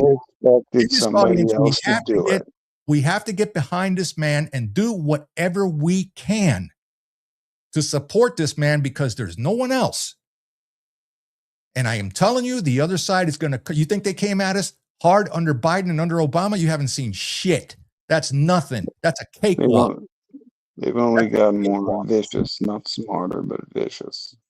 They are going to get vicious, man, and they're going to come at us with everything that they got. So something needs to be done now. Get out there on a megaphone, talk, tell neighbors, tell friends, and put it out there. Call your legislators, call your senators, call your representatives, and tell them, hey, get your head out of your asses and let's get out there, okay, and start showing and producing some freaking results. Because until we cut the head off of that snake, they will own our asses. They really will. And I'm sorry, I didn't mean to get fucking wired up here, but that's what I see. I've seen this movie before, ladies and gentlemen. I've seen it before. Trust me when I tell you that. And I'm seeing it again. Something needs to be done. The only reason why I'm also talking, I'm going to get back to this FEMA thing here, because it is important, because it fits into what I'm talking about and Ghost is talking about right now. The message behind it, the Easter egg here, okay, is preparedness. You need to prepare. You need to prepare, okay? The megaphones and the mega heads out there. What did we say a couple of streams ago? And we weren't even online. We were on the phone. There's a new boogeyman coming. Fox broke it this afternoon. It's a severe, mega potent influenza now during flu season. They're already talking about another shot. They're already talking about getting it out there. It's coming. There are massive cases. Hospitals are starting to get overrun. They have very low supplies, medical supplies. We told you this shit. Ghost told you this shit. It's going to be something viral. It's going to be something viral. That's their next move, is that they're going to do it again. I'm telling you. This new influenza. It's H3N, whatever the fuck they coin it. I have it on my Get phone. this shit. I have it on my phone. I actually took pictures of it to screen because I saw it. There he goes. New flu strain causing more severe symptoms. You know who the target's going to be? Kids. It's going to be intestinal, stomach related. Okay. New flu strain emerging as severe threat, 89%. Okay. Subclad K variant among influenza, a virus. Okay. And there it is. There it is. The little bubbles with the freaking spike proteins. Okay. The horns. They're going to do this shit again. Bill Gates even said it. And you know when that's supposed to happen? January, right in the middle of flu season. So go out to Walgreens and, CVS and go get your flu shot. Yeah, go get your shot. Oh my God, man. To weaken your immune system. Get your shot. Anyway. Never had a flu shot. Had the flu, if you would call it that once. Beat it in 3 days. I'm just saying. All right. It's not, the answers aren't out there, and people will flock to it like idiots because that's what they do. They expect mommy and daddy always to handle it. It's in their psychology from birth. We're screwed, folks. I'm telling you, we are screwed. When governments took the role of traumatizing you, they made you their parent. The violated love their violators. They're afraid of their violators. Look at fucking Adolf Hitler. If you were of anyone of common sense in Germany, and there were many of them, ladies and gentlemen, Germany was no different than any other country. There were plenty of people who thought this guy's a madman and things are so bad that we'll just go with it and it'll pass and somebody else will replace him and it'll get back. No, it didn't. It brought them to ruin. And this country is the only thing standing in the way of that globalist fucking agenda. So they have to bring us to ruin. The question is, are we going to ruin it our way and under our control, or are we going to ruin it under no control? Because they got smart about it. They didn't make an individual. They tried to. Certain factions in this country tried to make an individual Trump out like the Hitler. The dumbest thing they could have ever done, because there's nothing about that man that resembles that other than your stupid childish sentiments because you want a different mommy and daddy. I don't want a mommy and daddy. My mommy and daddy are gone. I'm my own mommy and daddy. And each of you should be saying that whether you had parents or not, if you're out living and creating an existence for yourself. You don't need a mommy and daddy. You don't need an authority to tell you how to eat right, how to live right. You don't need that. You need that for the idiots who are too stupid. That's what the penal system is there for, or used to be anyway. It's not that anymore. You have something completely different. You have a whole different animal in existence right now. It has nothing to do with justice. It has to do with what's legal. It's legalism.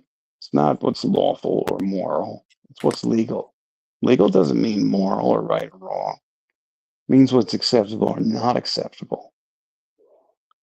And that's what you're looking for in a mommy and daddy figure when you look towards an external authority. You are the authority over your existence. And if you conduct yourself correctly, you never need the law. You'll never need any of it unless an accident befalls you, and that's very rare, or someone attacks or does damage to you or your property. And that's what they should be there for. But Yeah. people have been trained and traumatized through external events. Those buildings coming down didn't traumatize me. It was, wait a minute, who the hell did that? Because even then I was saying airplanes didn't do that. Get the fuck out of here. Buildings burn all over the world every year, high rises. They don't fall down. No, those buildings were condemned a long time ago because of their steel structure and the way they twisted and bent in the wind up to a meter at the top in a normal 60-mile-an-hour wind. And it was an insurance scam and also a way to capitalize on that insurance scam by making it the boogeyman, making it terrorists. Bottom line, Terrorism. the bottom line You is were that scared. You were scared into looking to mommy and daddy, being the, i.e., the government, to protect you. The government doesn't protect you if someone breaks through your door. Where's the government? If someone kicks your door down, there's you and there's your ability to defend yourself. If you're sitting there watching television, you got a 45 in the drawer next to you, you pull it out, you blow their fucking brains out, problem solved. You're the well, government. You're the beginning and end of the protection of you and your property. no one's coming to save you. I'm telling you that. Not even today, not even now. Because remember, the No. old adage, right? When seconds matter, don't worry, the police are minutes away, right? What Mm-hmm. did that tell you? I'm just Well, saying, man. they're never there when you need them. I'm not downing the police. Believe me, No, they got no, a hard enough job. neither am I, but it's just that's just the law of physics. That's just the way it works, right? Mm-hmm. That's just the way it works, right? But folks, what I'm trying to tell you here, That's guys, reality. what I'm trying to tell you here, guys, is prepare. Please prepare. This is going to get Yeah. real. But right now, if you ask me, Armando, how do you feel about how things are going? Look, I will support President Trump and the good ones around him that I feel are good. Okay, 150% in whatever shape or Amen. form I can. But I am tired of listening to the same old fucking broken record. When I heard that speech last night, I'm like, what in the fuck is this? What is this shit? We've heard this broken record It's a turnaround, but forever. it's going to take 3 years for those numbers to matter. And he told us that, but that's the problem. He said, we're going to go through some really, really painful times, but don't worry, Mm-hmm. it is going to get better. Okay, awesome. But are you ready to back it up afterwards and in the meantime? Exactly. Thank you. Bingo. There it You, is. There it is. you, the audience, every one of you in the audience, and don't ask me how. If you don't know, then your head isn't in the game. Then you're still lost. Exactly. Exactly. Look where you spend your money. Exactly. You just took the words right out of my mouth. Where are you spending your money? What are you contributing If to? you What are you don't like subscribing the to? corporations that are taking it and screwing your children's minds with it, or screwing the minds of these people who don't have children, wise up. Don't give them your money. If you don't like what Disney's doing or Universal, don't give them your money. Do without. Go on the internet, find a different way. You can do it. Anything you want is out there if you want it bad enough. You don't have to go to them. See, Sam And Spencer stop going to the fast food joints. Sam Spencer puts a great reply here to JJ Johnson's. He says, let me see, where was it? Wouldn't have Congress's job. Trump himself even walking into the law. Most of them I actually don't executive have it in orders front of me. Sorry. and not making them laws. Okay, great. All right, so great. So he says on here in a reply, Republicans have the House, the Senate, and the presidency, but what bills have they passed? Well, I got a better question for you. How many executive orders has Donald Trump signed since he took office? How many? I lost count. Ask me how many have been actually put into law. How many? Does anybody know? Probably zero. Anybody? Zero. None. Why do you think that is? Because you have an entirely compromised body in the House and the Senate. They are useless. There you Congress go. is useless as teats on a boar.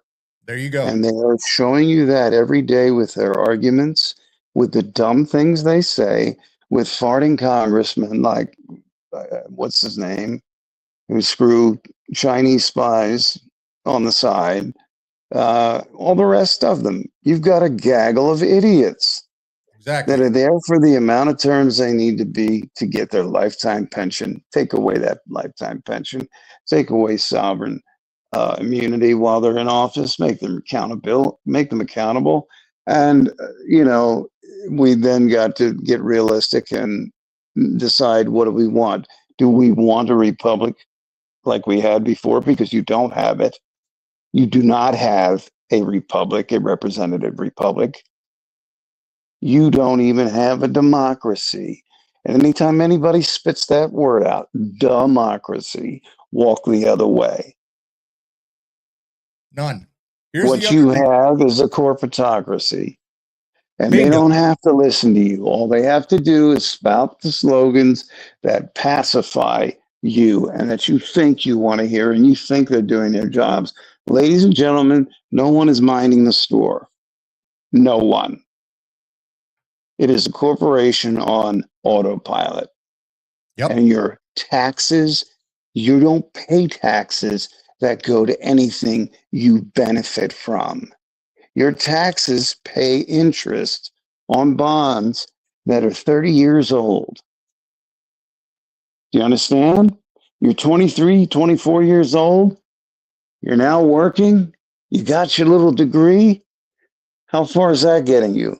That you're working a dead-end job and you're paying taxes, but you're paying on money that was created out of thin air to run a dying edifice 10 years before you were born. Swallow that one, because that's the reality. Let's also swallow this. Has the war in Ukraine ended with Russia? No. Oh, but he stopped 8 wars, Armando. Okay, great. Again, the clock's ticking. Okay. Bibi said, get involved, get into a war with Iran. Trump said, no, not doing it. Okay. I'll throw some bombs in there. We'll take care of that issue for you, but you're on your own. Has the issue in Gaza ended yet? No, still going, still happening. Okay. And what business is that of ours anyway? Who gives a shit? Exactly. I don't give a fuck what Gaza happens in Gaza or Israel. I'm not criticizing Israel. I'm just saying I don't give a shit what happens over there. That's none of my fucking business. This country is my business.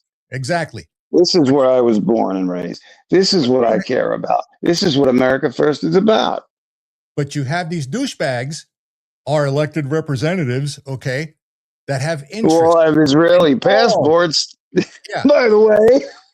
Of course. That have issues to them. In all parts of the world.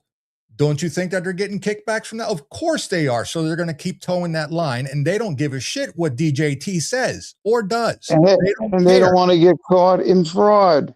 No. Because they've been compromised by that country and many other little countries. So why do you think Pam Bondi or Patel or anyone else up there in the DOJ is like, well, we just, oh, Bolton, we got him on 18 charges. Oh, we got so-and-so on this many charges. Oh, we got that all? This many charges and blah, blah, blah, blah, that they know of anyway, or that they're telling you. Hillary's still not locked up. Okay. She's still running around out there. Where is Fauci? Well, I can tell you this. If I went down and put a gun to my local gas station and cleared out their cash register and they know who I was, I'd be in jail tonight, wouldn't I? Yes, you would, in a matter of hours. And I'd be lucky if I were bonding out in the morning. No, but these people commit fraud and lie and massive, massive fraud against you, but nothing ever happens to them. Isn't that funny? Isn't that remarkable? That's called a show. Where's Alejandro? You're all willing participants in this fucked up human capital management show. When are you going to stop being managed? When are you going to say, hey, my life does have the value. Gold and silver don't mean shit if I'm not alive. if we're all not alive, none of it means anything. You know, where's None of it. Where's Alejandro Mayorkas?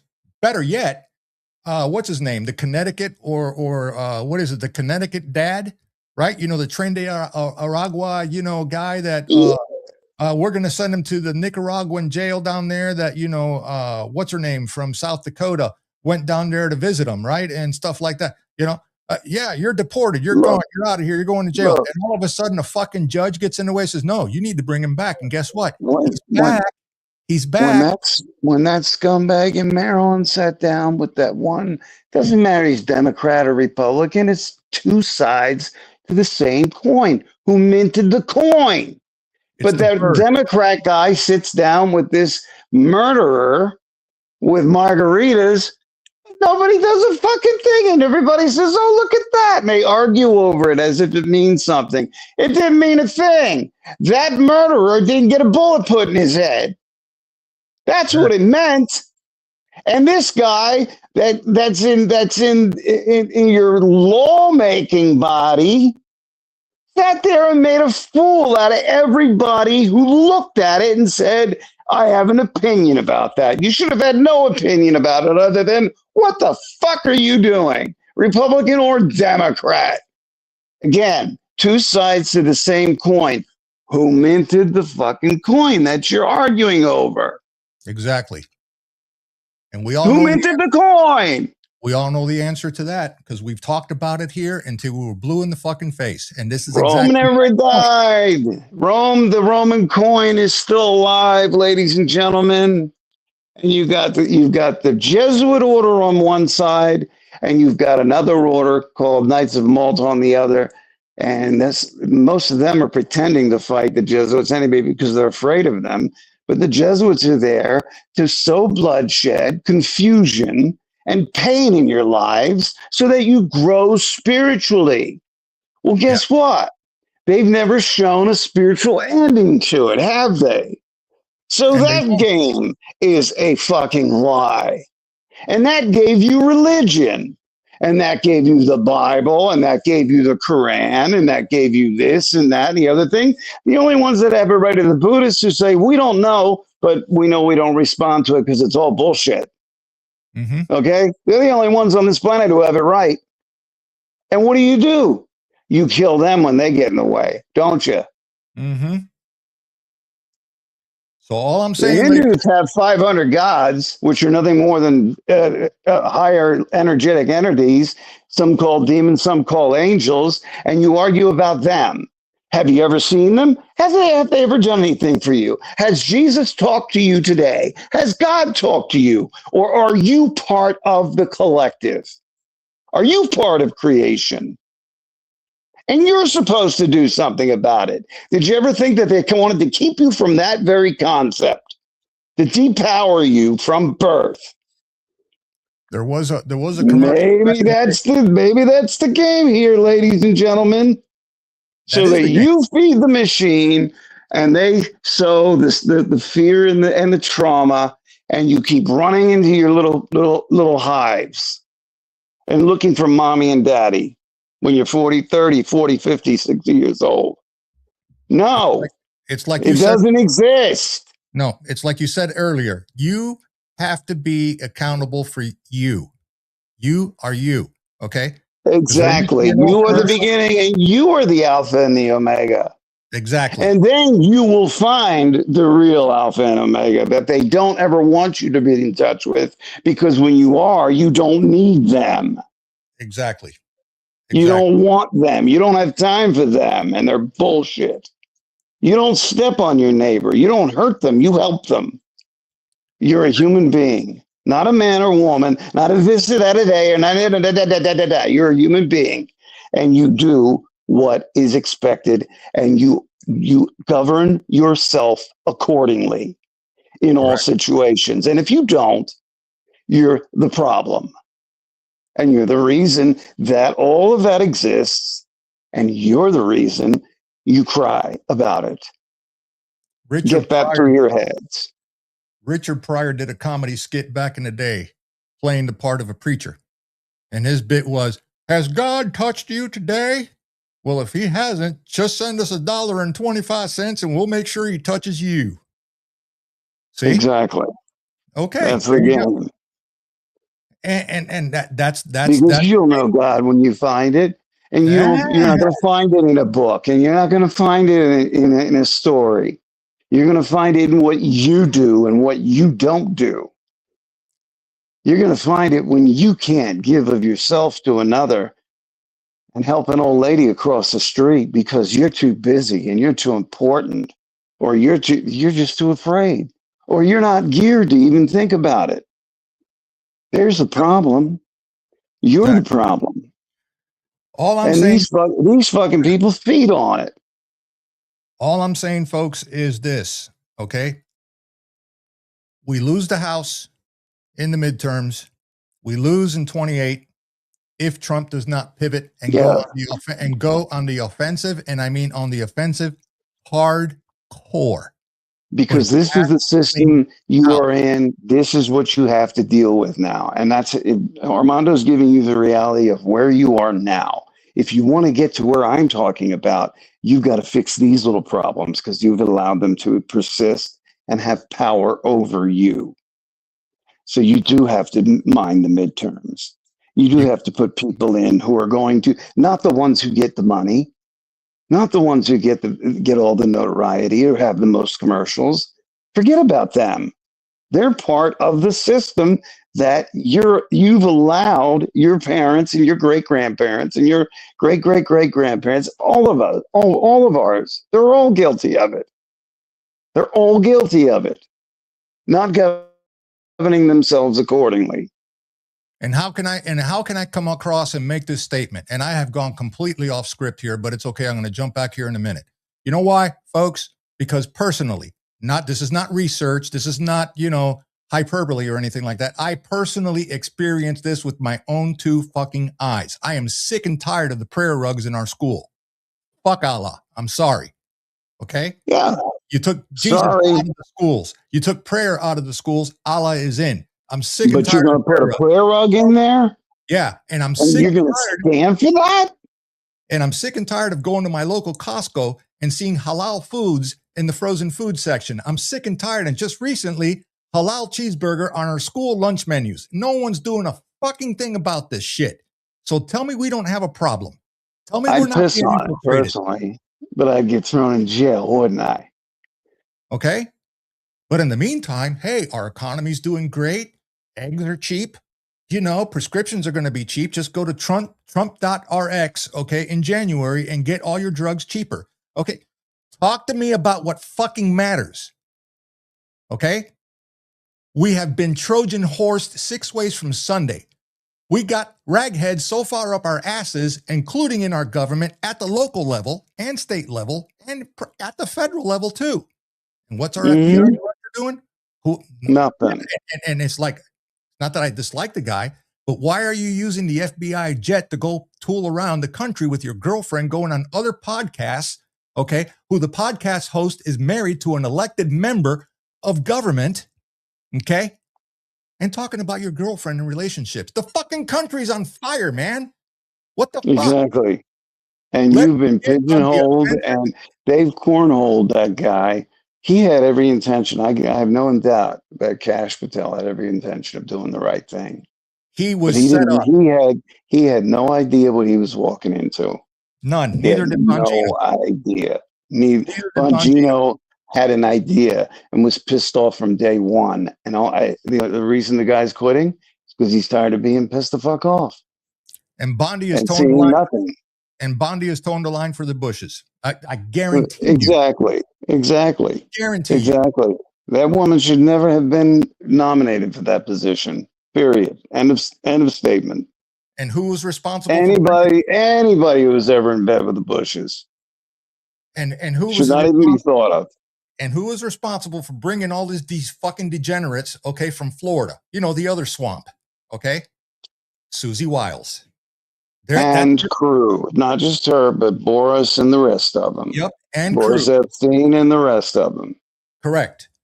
The president trusted the wrong people. Sorry, Don. You trusted too many of the wrong people. You felt safe with them. You felt overwhelmed, like any man would taking on that job, because that's not a one-man job, to be honest with you. Nope. You felt overwhelmed, but you got people out here who have information and who have everything you need to put a lot of this stuff into a nice, neat can and pull out the big guns and take care of it. But you're not listening to them. You're not listening to them because these degenerates around you and these legalists around you are telling you, you can't do that or this will happen. You look, you're not running you're not running a constitutional republic. You are running a friggin' corporation. We know that, you know that. And you know that the federal government is not supposed to be a corporation.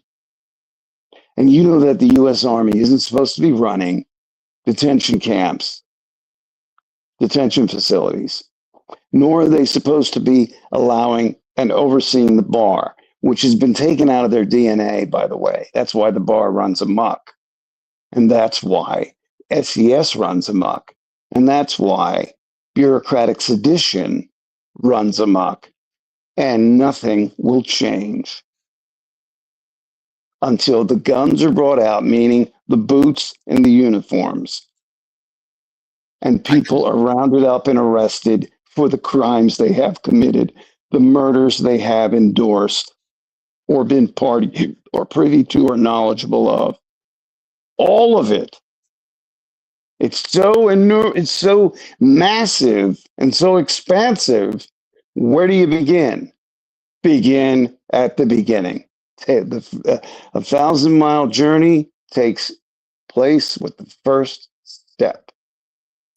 You have control of the biggest guns on the planet. Use them. They're a mercenary force. They're yours to use. Use them. I can assure you. Don't worry about what history says, or don't worry about what the media says. Shut them down. I can tell you this. Bring it to martial law. If our founding fathers were alive today, they will be fucking shooting guns a long time ago. They will be cleaning house. That I can guarantee you.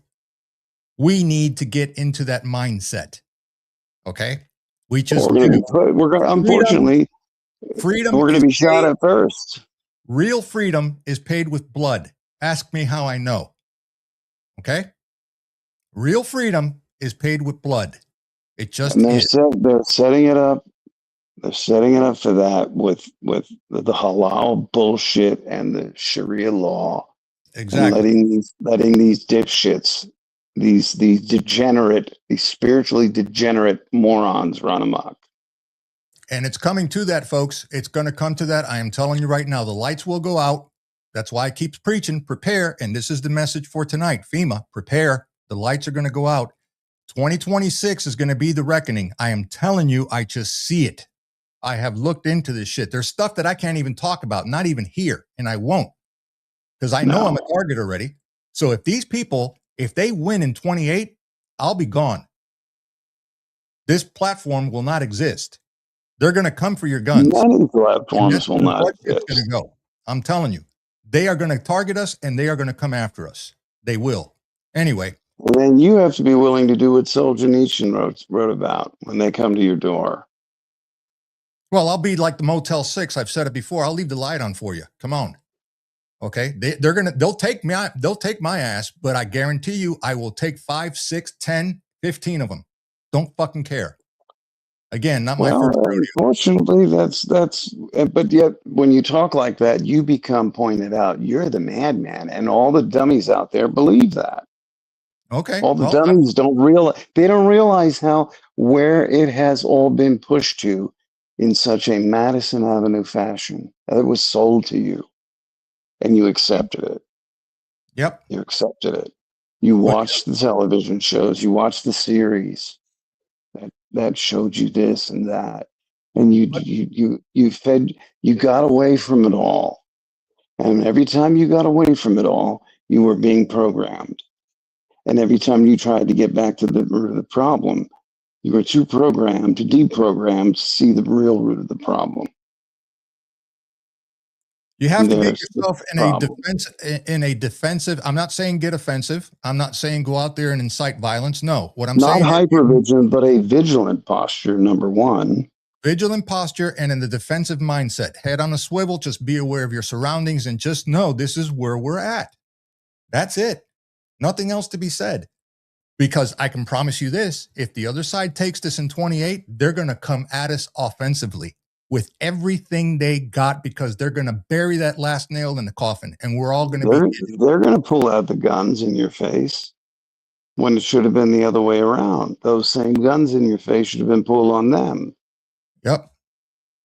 So let's get back into continuing with FEMA because I want Ghost to opine on this. He's already heard enough and knows because we talked about it before. So for scholarity and investigative research, you can use the publicly available unclassified text and a conference report, but you will not find line by line dollar ceiling schedules publicly unless declassified or released later under FOIA. That's Freedom of Information Act or other disclosure actions.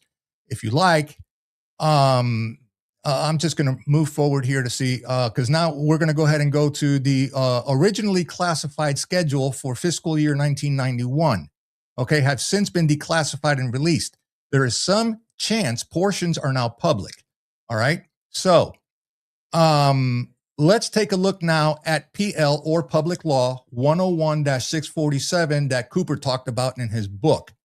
Okay, so here are the details on Public Law 101-647, the Crime Control Act of 1990, signed on November 29th, 1990, and that was by George Bush. Okay, so what is Public Law 101-647? Public Law 101-647 is a legislative act enacted by the 101st U.S. Congress on November 29th, 1990. Okay, the American Presidency Project. In short title is the Crime Control Act of 1990.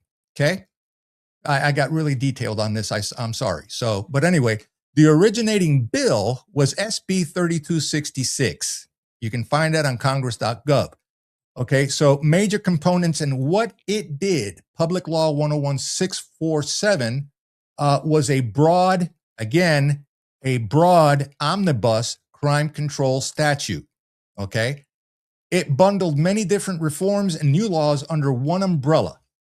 Okay, this is coming from the Office of Justice. Now, some of the key pieces included under the law, i.e. titles, acts, folded into one, were the Anabolic Steroids Act or Control Act of 1990, strengthening controls and penalties related to anabolic steroids. All right. It's like a time machine here. So Victims of Child Abuse Act of 1990, Child Protection, Restoration, and Penalties Enhancement Act of 1990, adding requirements. Come on, mouse. Damn it.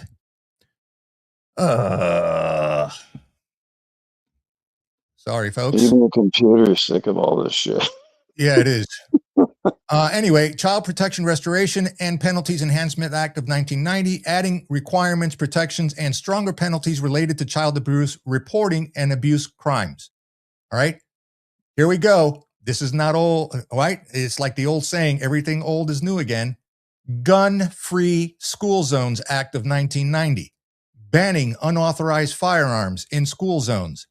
Unauthorized firearms in school zones? What's an unauthorized firearm? Again, slingshot? I don't know. What the hell? Firearm. Come to your own conclusions. Yeah, exactly. The Criminal Victims Protection Act of 1990 and Victims' Rights and Restitution Act of 1990, strengthening victims' rights and restitution provisions, right? So federal level reforms to financial crimes, bank fraud, thrift fraud, debt collection, anti-fraud enforcement. This is all corporate shit, all right? And related banking/financial institution oversight via the Financial Institutions Anti-Fraud Enactment Act of 1990. Debt collection, bank or thrift fraud, prosecution statutes. Okay, so now they're writing laws okay? Or they're giving you remedies for the problem they created and are currently involved in. You guys are starting to get the picture. Ghost made this a point about this earlier, okay? In case you don't know, you need to know. Provisions for mandatory detention and stricter. Provisions for mandatory detention and stricter penalty for offenders convicted of serious crimes, including drug crimes. That's very broad, okay? Via Mandatory Detention for Offenders Convicted of Serious Crimes Act. Again, no detail, very broad and open, okay? This is the point that Cooper made because he gave better details. The law on the books is very broad and very open to whatever it is that they want to put in here. That's the point, right? So, enhanced cooperation among law enforcement agencies, or cooperation among law enforcement agencies, removal of certain procedural barriers. What are those barriers? They won't tell you. And expansion of federal authority over certain crimes via the National Law Enforcement Cooperation Act of 1990. Again, very broad. Provisions that affect sexual crimes against children and kidnapping, abduction, / sentencing enhancements. For example, under Title VI, the law amended 18 U.S.C. 1201, kidnapping, unlawful restraint, to include extra sentencing levels for abuse, sexual exploitation, or other aggravating factors. That's guidelines.ussc. You can find this there, right? Mandated criminal background checks for reporting obligations for individuals working in childcare, social services, education, or any job involving children on federal lands or in federally operated or contracted facilities. What was the name of that abortion clinic? I wonder if they fall under these laws. You know, the ones that do the abortions. Anyway, what am I talking about? This codified in the child abuse, child care worker background checks provisions, okay? That's under Two Legal Information Institute. So, why it's significant? Its impact, the law marked a major expansion of federal involvement in crime control, covering not just street crimes, but white-collar and financial crimes, child protection, firearms control, schools, as well as victims' rights and restitutions, Office of Justice, right? Programs too. It raised penalties and introduced mandatory detention for certain serious offenses. What are they? They don't tell you. Shifting sentencing and enforcement intensity in the war on crime or drugs era. It created mechanisms for more rigorous child abuse reporting, background checks for people working with minors, especially under federal jurisdiction, and strengthened the protective laws for victims and children. For white-collar and financial institutions, it expanded federal enforcement tools for fraud, bank and thrift failures, and financial crimes, which likely affected regulatory and prosecution practices. Where it's codified, in other words, how it's accessed, the act was originally published as Statutes at Large 104, Statute 4789 in 1990. Its text, as amended over time, is maintained and updated. You can find a compiled version labeled Crime Control Act of 1990 as mentioned through used widely by legal child welfare and law enforcement documents, okay? Many of the statutory changes affected by Public Law 101-647 that Bill Cooper talked about appears in various titles, chapters of United States Code. Example, child abuse, reporting laws, criminal procedure changes, sentencing enhancements, etc. For example, its child care worker background check provisions are implemented via regulations that reference PL 101-647. Legal Information Institute, where you can get that.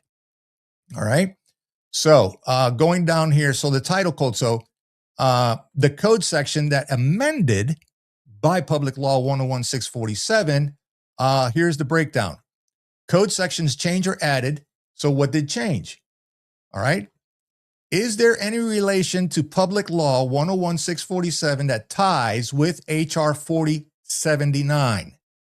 Okay. The answer to that was yes.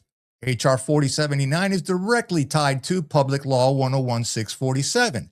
However,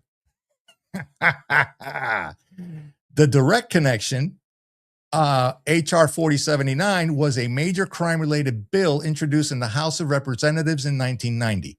When it was passed by Congress and signed by President George H.W. Bush on November 29, 1990, it became Public Law 101-647, the Crime Control Act of 1990. In other words, H.R. 4079 is the bill that became Public Law 101-647. They are not separate laws. They are the same legislation at different stages of the legislative process. So why the confusion? Okay, why the confusion? Large bills like this often contain many sections, including amendments to federal crime code, money laundering statutes, asset forfeiture rules, immigration enforcement components, federal emergency or contingency procedures. This is why many different topics are associated with it, including some claims about FEMA authority. Starting to get the picture? If you want, okay, well, I might as well go ahead and do it here. So let's break down what specific sections of Public Law 101-647 people associate with FEMA or emergency powers, okay? Here's a clear breakdown of what parts of Public Law 101-647, the Crime Control Act of 1990, which Cooper referenced differently than here. People often connect FEMA emergency powers or federal authority expansions and which parts actually deal with those topics, right? So how does Public Law 101-647 connect to FEMA or emergency powers? Public Law 101-647 is a massive omnibus crime bill, over 500 pages. I think bills only had like 30. See the difference? Most of it deals with criminal justice, but a few sections touch areas that later became tied to FEMA-related claims. All right, here are those claims. 1, asset forfeiture and federal seizure authority. Right, so 101-647 contains several chapters expanding, right? Federal seizure rules, asset forfeiture procedures, federal authority to seize property connected to criminal activity. This later influenced emergency asset seizures, right? Interagency cooperation, including agencies that later merged into DHS/FEMA after 2003. All right. But sometimes people misinterpret this as FEMA seizure power, but FEMA itself is not granted new direct authority in this law. Number 2, federal emergency management related provisions. Inside the bill, there are indirect ties to emergency response functions because it amended laws involving federal disaster fraud, misuse of federal emergency funds, interagency cooperation between DOJ, Treasury, and federal emergency offices. These amendments strengthen criminal penalties for fraud during national emergencies, federal investigative power during declared disaster zones. These provisions later became part of the body of laws FEMA operates under. But again, no new FEMA powers were created. So they say. 3, here we go, immigration-related enforcement components. This is a hot topic today, right? The bill includes amendments dealing with aggravated felon deportation rules, okay? Detention guidelines, criminal penalties for illegal re-entry. Why this matters. Later, DHS and FEMA myths revolved around mass detentions or FEMA camps. Here we go. These myths often incorrectly trace back to Public Law 101-647 because it strengthened federal detention and deportation statutes. But the law contains no FEMA detention authority whatsoever. Bullshit. Federal bureaucratic regulation, reorganization links. PL 101-647 updates federal cooperative structures and grants DOJ broader coordination with none other than who? The Treasury, of course, INS, now under DHS after 2003, other federal investigative bodies, because DHS and FEMA were created 13 years later in 2003, conspiracy theories sometimes retroactively assign emergency government meanings to this law. However, nothing in PL 101-647 establishes FEMA powers. Nothing authorizes martial law or civilian detention. It's not a crime bill, not an emergency powers bill. Okay, so in summary, and here we go, to be very clear, all right, H.R. 4079 became public law, 101-647, on 29 November 1990. PL 101-647 expands federal crime laws. To what? We don't know. Expands asset forfeiture. For what? We don't know. Updates fraud and emergency fund enforcement. Strengthens immigration-related penalties. We haven't seen any. All right? Like I said, they're not getting them out quick enough, right? So what they say it does not do, it does not grant FEMA new powers. Really? Does not authorize FEMA camps. Well, shit, I've seen them. Does not establish martial law authority unless the president declares a national emergency as Cooper outlined in the book. Okay? For up to 5 years. Think about that for a moment. Let that sink in. That was at the beginning. So, is there a connection between SB 2834? That's a great question. Right? So I found no credible evidence that Public Law 101-647, the Crime Control Act of 1990, and SB 2834, or the latter, Intelligence Authorization Act for fiscal year 1991, are formally or legally connected, despite repeated claims by certain authors, here we go, by certain authors and conspiracy-oriented sources. Okay, so then I found and why that perpetuated connection appears to be based on misunderstandings or misattributions.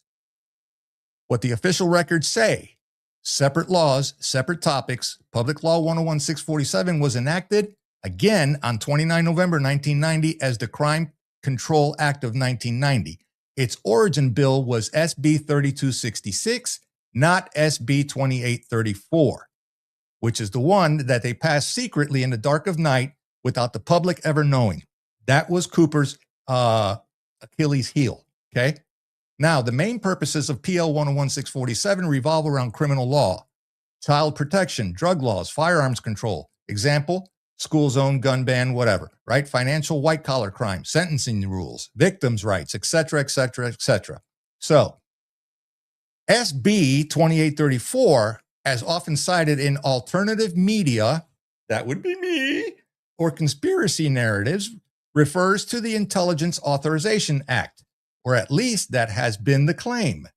The official first version of the Intelligence Authorization Act for fiscal year 1991 became law, was actually passed as a different bill, okay? A different bill, which was what? H.R. 1455, okay? Are you guys starting to get this? Right? You guys, are you guys getting this? You know, say in the chat, right? There is no legislative text, congressional record, or official statute number linking SB 2834 to PL, Public Law 101-647. Their bill numbers, sponsors, legislative histories, and subject matter are entirely distinct. Thus, the official legal record shows them as completely separate. Sorry about that. Boop, boop, boop, boop, boop, boop, boop, boop. Yep, I got that. Okay, hold on. I lost my place. I hate it when this happens. There we go. Okay, so entirely. All right, so thus, the official legal record shows them completely separate and unrelated laws. Where the connection claims come from and why they're misleading. The idea that SB 2834 is tied to PL 101-647 or that SB 2834 became a FEMA takeover bill under 101-647 seems to stem primarily from, are you ready? Conspiracy or alternative history sources, example, such as the writings of Behold the Pale Horse, which claim SB 2834 and HR 4079 or PL 101-647 were passed together, secretly merged. Okay? Misinformation, conflating crime control, emergency powers, intelligence authorization, and FEMA powers. Some sources assert that the ambiguous language in SB 2834 allowed the extensive or the executive branch to repurpose any appropriated funds for covert operations and therefore secretly enable FEMA take over. Fear-driven interpretations of the phrase any federal department, agency, or entity used in arguments claiming the law allowed the president to deploy any agency, including FEMA, for covert actions, but those claims are not backed by the official legislative record. Of course not. There is no statute or amendment linking PL 101-647 to intelligence authorization law. There is no public bill history showing SB 2834 merged into PL 101-647, and no documented FEMA takeover clause in the enacted text of PL 101-647. So in conclusion, there is no verified connection between SB 2834 and Public Law 101-647. PL 101-647, the Crime Control Act, stems from an entirely different bill, which is SB 3266, addresses criminal law, and was signed separately. SB 2834, the intelligence authorization, even its statutes and implementation are different. And any claims tying it to PL 101-647 or FEMA rely on unverified or conspiratorial sources. Therefore, no legal or documented tie exists between the two, and any alleged linkage appears to come from fringe or speculative narratives, not from legitimate legislative history. This will make everything absolutely clear. Here we go. Again, behold the pale horse, William Cooper. Similar derivative publications and blogs. These sources make several incorrect claims, including claim SB 2834 and HR 4079 were merged into one giant emergency powers bill. In fact, there is zero legislative record showing these bills were combined. The claim SB 2834 became part of PL 101-647. The fact, according to the government, nothing in PL 101-647 corresponds to any attributed to SB 2834. They are completely unrelated laws. And the final claim, SB 2834 allowed FEMA to become a nationwide police or intelligence agency. Fact, FEMA is never mentioned, nor empowered, nor referred in any way in the real 101-647 text. So the short summary of it is, folks, is Public Law 101-647 is real. SB 2834 is not part of it, and the alleged connection comes from non-government sources. Okay?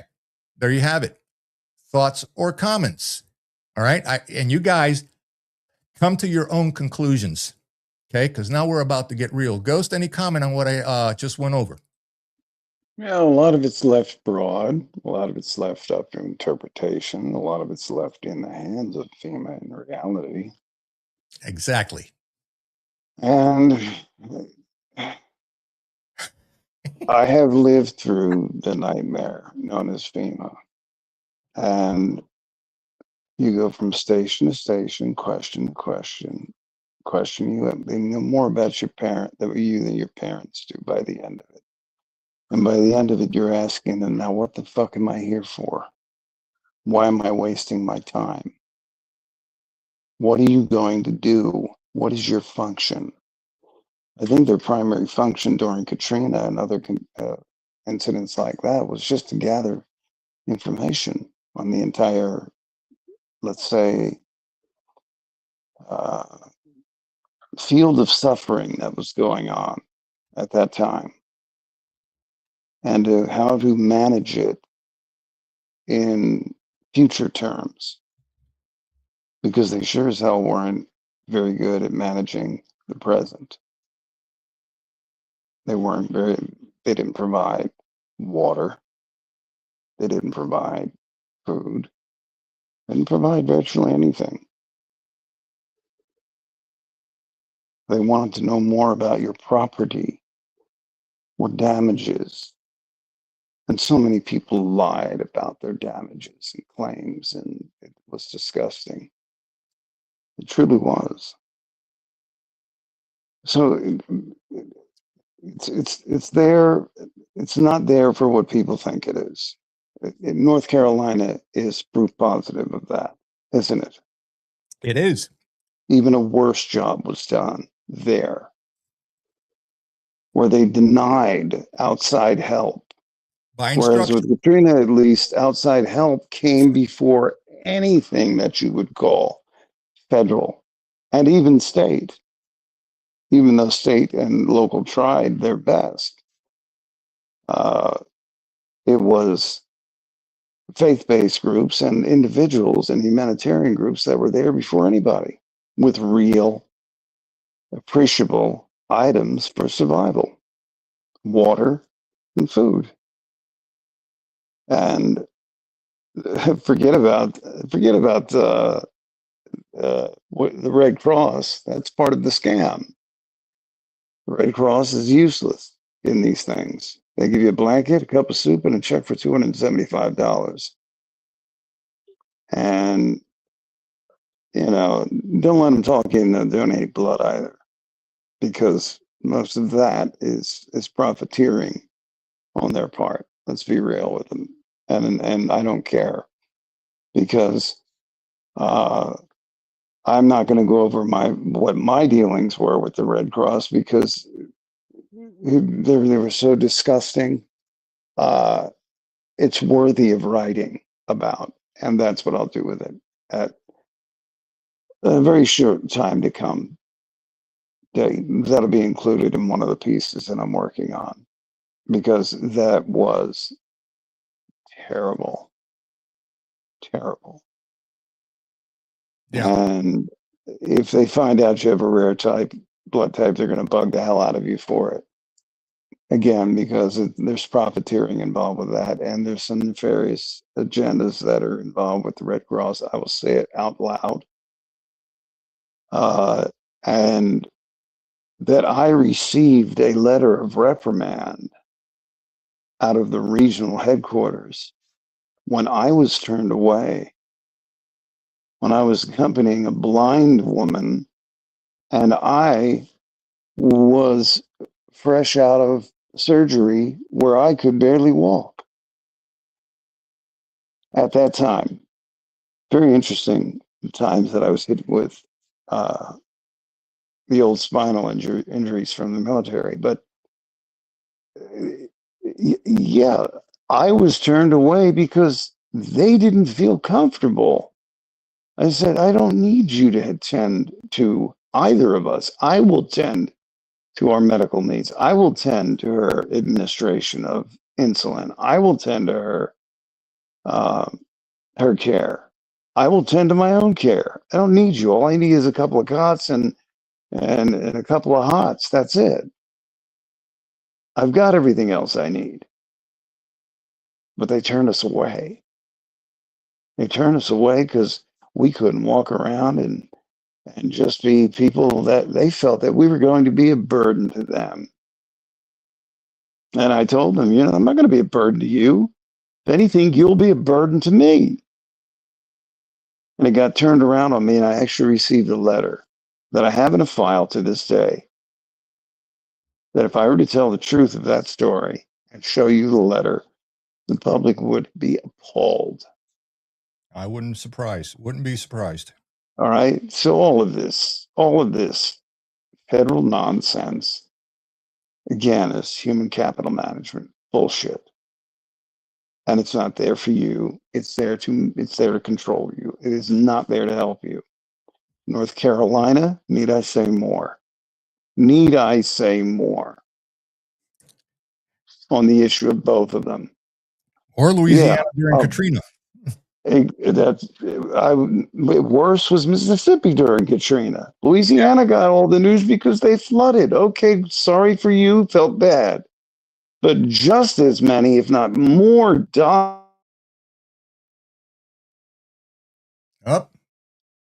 Ghost, you there? I think I heard you. Infinitely worse. It was pure destruction. Okay. It was pure destruction. Louisiana didn't get a 30-foot tidal surge with 12-foot chops on top of it, wash over entire land masses and wash entire families and people out to sea. They counted them as missing persons, not among the dead. And then when you had the highest concentration of deaths, not 1,000 meters southeast of me, on the entire 175 miles of coastline going west of New Orleans and east of Mobile, and their bodies and their body parts in my yard. Okay. And if you found body parts and they didn't genetically identify them, they were missing. Yeah. Missing. Okay. But 400 died in each of the 3 coastal counties. And then the 3 coastal counties north of them, each one of them, you had several hundred deaths.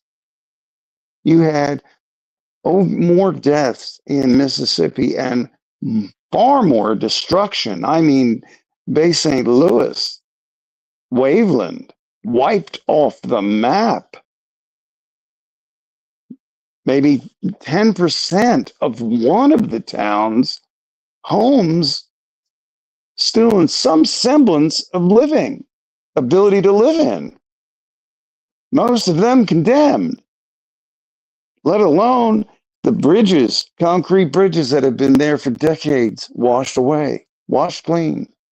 The CSX railway twisting 2 rails, twisting into the water in 2 places, between Bay St. Louis and Basse Christian, and between Biloxi and between Ocean Springs. Nothing. Casino barges that displaced more than World War II battleships, ripped from their 3-foot steel moorings, turned around and washed up on past the coastal highway of Highway 90, most of which was washed away. Have you ever seen concrete and asphalt completely washed away? Yeah. Storm surges for are 60 miles? Yeah. Okay.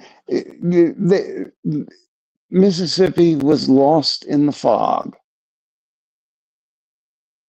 because New Orleans had a lot of people who couldn't take care of themselves if they tried, and they got stuck in their own roofs.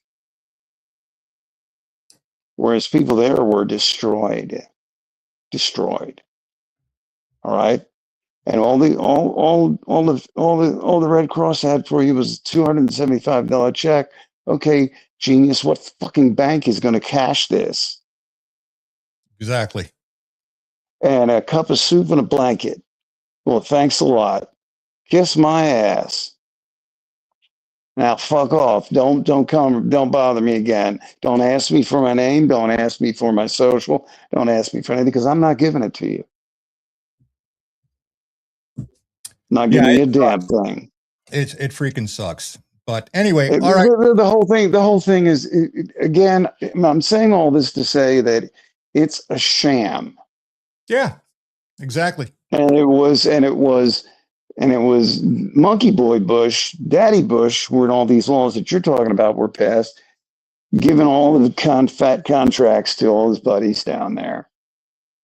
And Haley Barbour, jumping in from Mississippi, he did a hell of a lot better job than what's her name over in Louisiana. I forget her name. The woman who's just so mealy-mouthed. And it wasn't until General Honore got off that helicopter cursing up a storm. What the fuck is going on here? What MF and this and MF and that is going on here? What the hell are you people doing? And you're doing nothing. And he got things rolling over in Louisiana and in Mississippi. And then I got to watch the Marine 1, 2, and 3 fly over, because you didn't want to know which one the president was in, did you? And I watched him get in front of the one casino as I was walking on a walker 3 miles to a FEMA augmenting medical station to get IV fluids and IV administration units for others and medicines for others, where he's down there making a speech, and I walk by and I was like, fuck you. I ain't even got the time to sit here and 3 blocks away and look at you. Well, they framed everybody up against the surviving oak trees that had yet to die from the salt water incursion in front of the Beau Rivage. I was like, you got to be kidding me. Hmm. Fuck this shit. And Yeah, kept on going and took care of business, took care of these people who couldn't take care of themselves. And I could barely walk. that sucks. So yeah, that's FEMA. That's well, these fat ass people from Ohio, fat asses, fat nurses, and fat doctors sat on their fat asses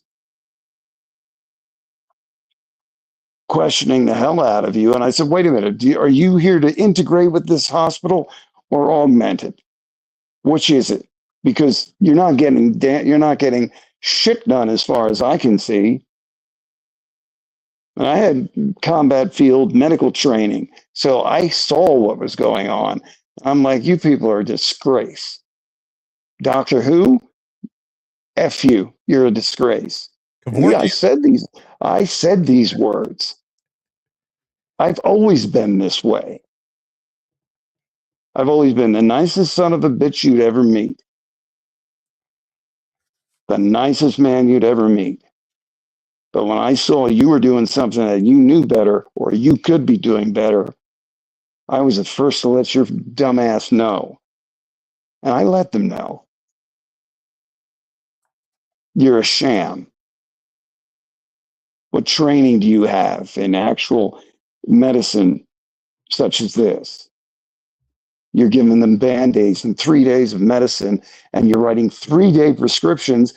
What pharmacy is open within 110 miles of this location, you dumb son of a bitch, that they can fill it at? And if you don't have the medications and the hospital won't supply it because they're overrun with cellulitis cases from all of the sewage water that was washed up in the first waves of the washing over of the entire cities that exist along that coastline, what good are you? What's being flown? What's being helicoptered in? Nothing. All the shit for the president to make a fucking speech. Yeah. But I don't see the pallets being dropped in this open parking lot here where your tents aren't set up and staked in. I know I don't have to qualify myself to anyone on any of this. So you want to talk about FEMA, you're talking about an organization that has been set up and studying you and gathering data on more how to manage you when you're at your worst and not to help you when you're at your worst. And that's And I know exactly people, and I know people who worked for him who were alcoholics and on every pill you can imagine because they couldn't stand for what they were working for. mm-hmm. And I told them, quit. Do yourself a favor. Get off the shit. Get your life back together. I'm done with FEMA. And that's exactly what we're going to get into in the final segment of the broadcast. Okay, I'm going to drop some more goodies on you from the assignment I went on. But Did they jibe with what I was saying, with what I oh, was telling you? oh, big time. I lived through. Didn't I was a spectator as well as a participant. And if what I've just said jibes with what you're going to say, I want to hear it. Oh yeah, but first and foremost, folks, hang on. We're going to go ahead and take a quick break. All right, and I will be right back. Hang on, hang tight. I'll be right back, folks. I'd sing you a song, but you don't want to hear me sing. Yep, be right back.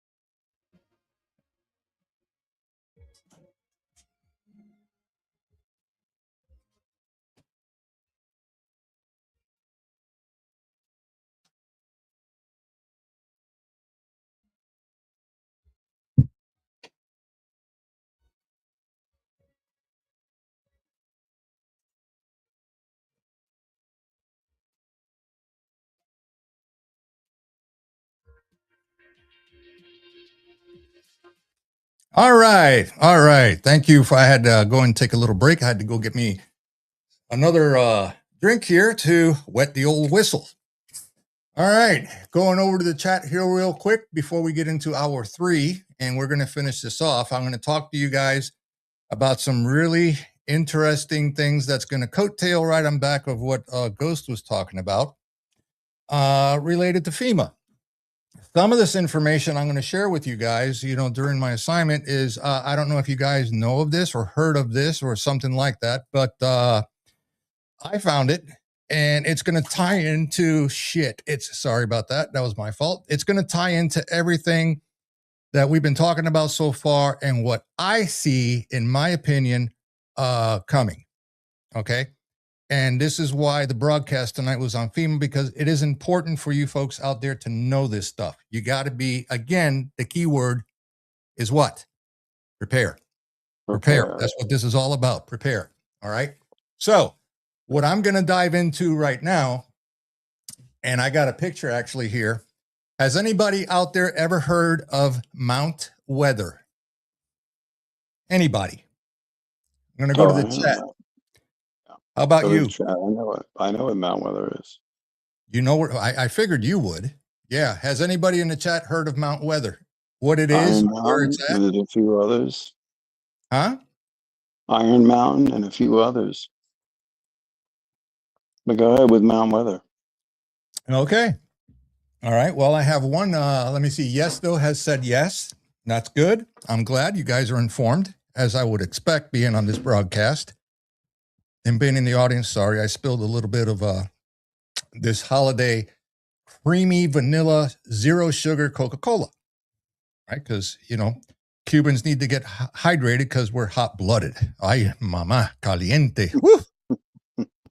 Anyway, wish I would be puffing on a good Padron right now, but that'll come later. Anyhow, all right, so here we go. Get ready. I don't have my tinfoil hat because this is not tinfoil. This is real. All right, so Mount Weather, officially known as Mount Weather Emergency Operations Center, or MWEOC, is a highly secure federal facility located in Bluemont, Virginia, 48 miles west of Washington, D.C. It is operated by the Federal Emergency Management Agency, who is who? FEMA. Okay? FEMA. And serves as a key site for continuity, of government operations in the United States. Okay? You guys getting this? Otherwise known as COG, Continuity of Government. Yes, sir, COG. So purpose and function of continuity of government, or as Ghost said, COG, right? Mount Weather is part of the U.S. government's continuity planning. It is designed to house top government officials, including members of Congress and executive branch personnel, in the event of what? A national emergency. What is a national emergency consist of? Whatever the president feels is a fucking national emergency, such as a nuclear attack or other catastrophic disasters. I don't know. Maybe Muslim terrorists start blowing up shit. We're still in as I've said many times, the banking holiday of 33 was never stood down. We are still in a state of emergency, have always been in a state of emergency. In 1973, Congressional Commission was put into place to even research that. And they found that 560 lines of code since then, at that time, had been added to enforce executive power, such as the ability to send troops to foreign nations without congressional approval, meaning a full-fledged war without ever declaring war. We just spent 20 years at war, ladies and gentlemen. Was there ever a declared war by Congress? No. No. It was a money-making, oil-grabbing venture. And it was payback for the hit put out on Daddy Bush by Junior. In other words, you got to get rid of a couple of buildings in New York that in 1989 were declared out of code because of their unique outer steel construction and concrete core, i.e., the Twin Towers. Mm-hmm. But you kept them in action because because you took care of uh, the code enforcement people in New York City and made sure that they didn't say anything. And then when it came time they were too big to do a controlled demolition by city code and statute, and you would have had to have taken them down piece by piece with cranes, and that would have cost a whole lot more money. But instead, you used controlled demolitions and very unique directed energy weapon systems, terrestrial based, mind you, not anything as elaborate as in orbit or geostationary orbit. Interesting. And you got to turn that into then a war of well, we got to go into Iraq now in 203 because they've got they've got uh, uh, what was it, weapons of mass destruction. Well, they still had, and they gave up prior to that conflict all of the anthrax that we had supplied them with, so they could use them on the Iranians in the Iran-Iraq war. We wanted to see how effective they were in battlefield use, and they did use them, and we did get the data on that.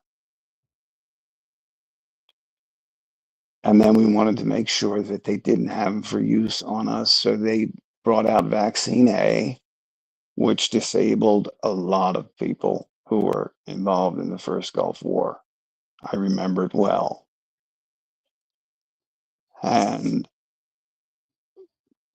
uh, let's just leave all that at that, because special provision was given to a small company in Michigan where they said, yes, use the adjuvant that was banned in 1929 called squalene oil, a derivative of olive oil that if you eat it, it's good for you if it goes through your alimentary canal or your digestive system more appropriately, more understandably to the average person. But if you inject it in the bloodstream, it causes your immune system to go on overdrive. And whatever is injected in your system builds immunities to it, which was anthrax. So if you look up vaccine A, you'll probably find what you can find. A lot of it's been whitewashed since because it even caused the body to attack itself. It was so powerful. Mm-hmm. And it caused the actual, in some people, it caused the body to attack collagen, which is the basic building block of every cell in the body, especially those of the brain and nervous system. So you had severe depression at mild, and you had suicides, and then you had massive degenerative neural diseases, conditions that were unidentified.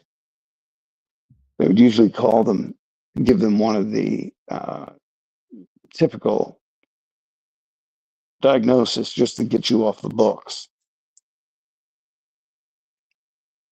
But the critical personnel, out of 750,000 in theater through all the countries, about 150,000 received vaccine A, which gave you 60 times the amount of anthrax doses you should have had in a 6-month period, building up to being deployed for that war. Yep. I know, I received it. I'm alive to talk about it by the grace of God. Yep. I got so many of And those. Man, I now don't they even put know what the hell they gave me, but I'm still here now taking. they now they put squalene oil in kids' vaccines, and you Mm-hmm. wonder why. You wonder why autism has gone to 1 in 30 something from 1 in 10,000 in the normal population. That's I'll correct. shut up on that. All right. All right, let's continue. So, Emergency Operations Center, right? It functions as a command and control center for FEMA, coordinating disaster response across the country. It used for large-scale emergency management exercises and real-world crisis. Secure and self-sufficient facility. By the way, Mount Weather is underground, built on the largest slab of granite in the entire country, in case you didn't know that, right? So, and I'll probably read this again. So the facility is built to withstand severe attacks, including nuclear explosions, with underground areas capable of supporting hundreds of personnel for extended periods. It has its own power, water, medical, and communication systems to remain operational during a national emergency. So, historical context, right? Mount Weather's origins date back to 1959 during the Cold War as part of the U.S. strategy to ensure government continuity or continuing in case of nuclear war. It has been mentioned in various emergency preparedness plans and has occasionally appeared in news reports, often fueling speculation about secret government activities due to its classified nature. The public perception, while primarily a FEMA operations center, Mount Weather is often associated with conspiracy theories about secret bunkers for elites, though its main documented function is continuity of government and disaster response. So in short, Mount Weather is essentially a high-security FEMA facility and with National Emergency Command Center critical to U.S. continuity plans. Now, there are other facilities like Cheyenne Mountain, which is more common with the general public, Raven Rock, which together form the emergency infrastructure around D.C., right? There are others. Let me go ahead over to part 2 because part 2 is going to explain a little bit more on Mount Weather. Okay, I'll be totally honest with you. I used to hear stories, about it. I thought it was never a thing. You know what I mean? I really had no clue. But in essence, again, I got it out of the, Bill Cooper's book, but let's go ahead and take a look at the breakdown. All right. So the breakdown of Mount Weather fits into the broader U.S. Continuity of Government or COG network, along with other major facilities. Those facilities, number one, Mount Weather in Virginia, primary role, like I said, FEMA's Emergency Operations Hub, continuity of government for civilian leadership. Okay. The key features, underground facilities that can shelter hundreds for long periods. I actually got a picture of it. Secure communication and operational capabilities for national crisis management, often considered the main evacuation and operational center for Washington, D.C. officials, all done underground through tunneling systems that are connected. How about that, folks? Okay.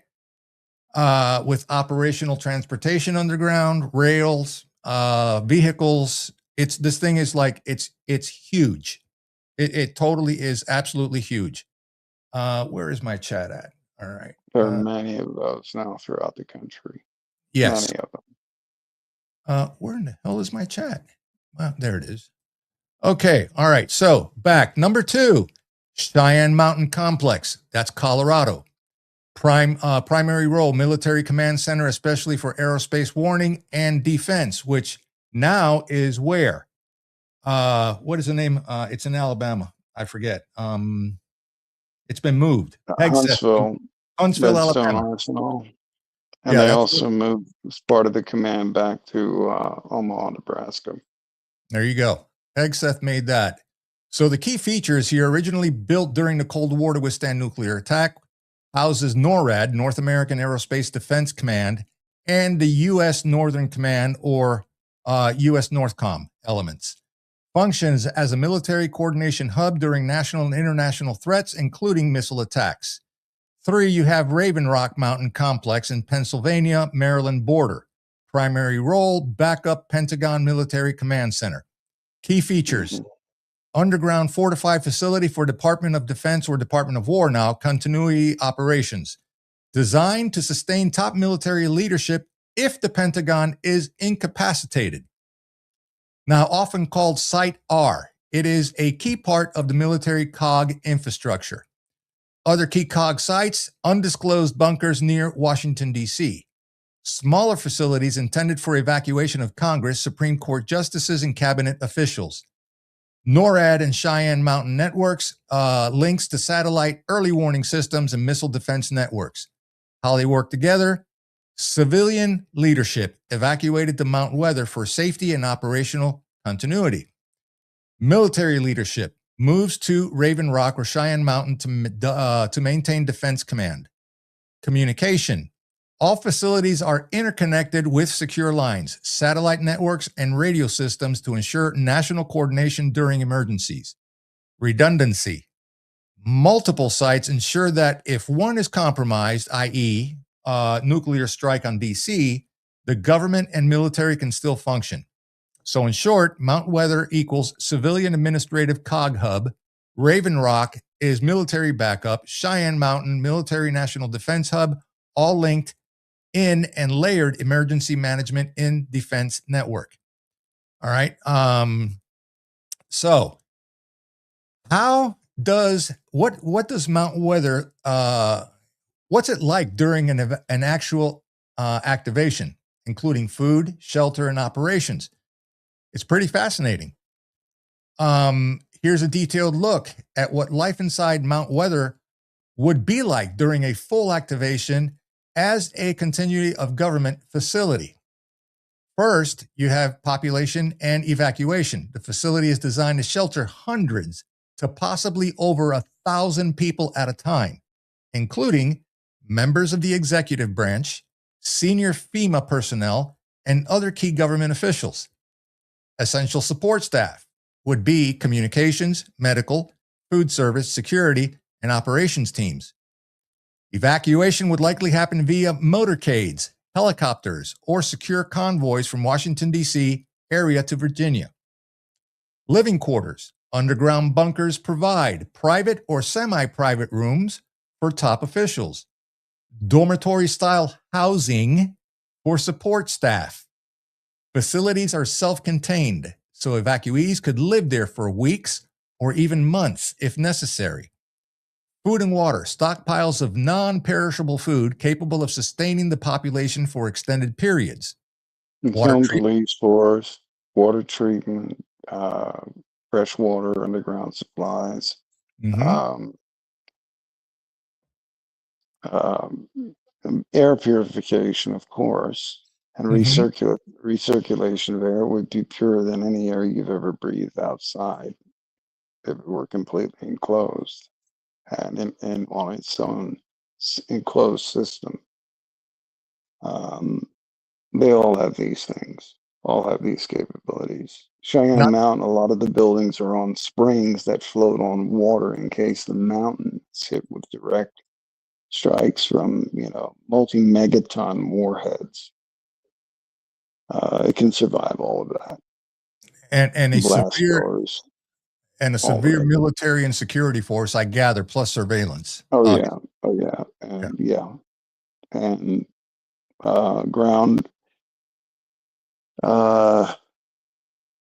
ground communications that are both single sideband and microwave, as well as shortwave and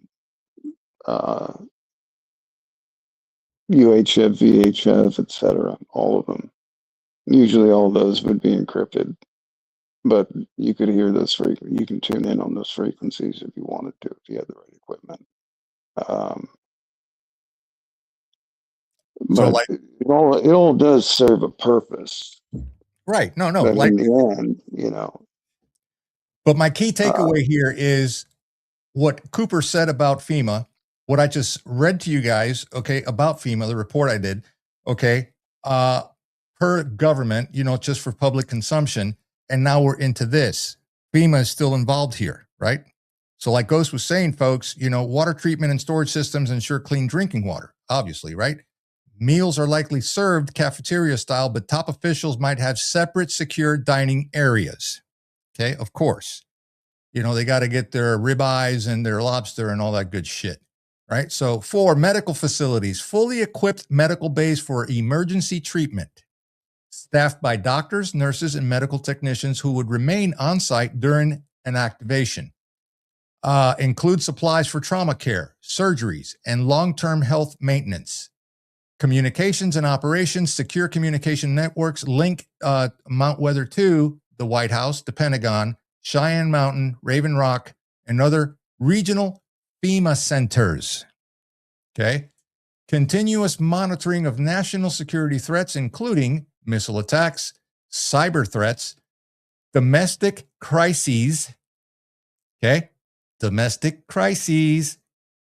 Command centers coordinate the federal response to disasters nationwide. Security, heavily fortified, anti-nuclear, anti-intrusion, and guarded by federal personnel. Restricted access with layers of checkpoints inside and outside the facility. Likely includes internal surveillance, secure vaults, and classified operations rooms. Daily life during activation, strict routines. Work schedules for operational staff, limited leisure time, restricted communications for security reasons. All messaging would go through secure channels. Ready? Psychological support may be provided to maintain morale during extended stays. The facility is essentially a self-contained city optimized for continuity of government rather than comfort. So here's some key takeaways. Mount Weather is not just a bunker, but a fully functional underground city designed to maintain U.S. government operations during extreme circumstances. Everyone there has a defined role, and life would revolve around security, survival, and maintaining national security, or national continuity, sorry. All right, let me go ahead and bring up, I have it here. This is a picture of Mount Weather, Virginia emergency operations. You can see here, like I mentioned earlier, this is all granite, supposedly. Big ass. The largest, I don't know, I thought Stone Mountain was a thing, but Stone Mountain ain't got shit on this place. So here you can see where it has command center, crisis planning conference room, living quarters, medical facilities, more medical facilities, food preparation. And I believe here is, if I may have to get out of large screen to be able to see it.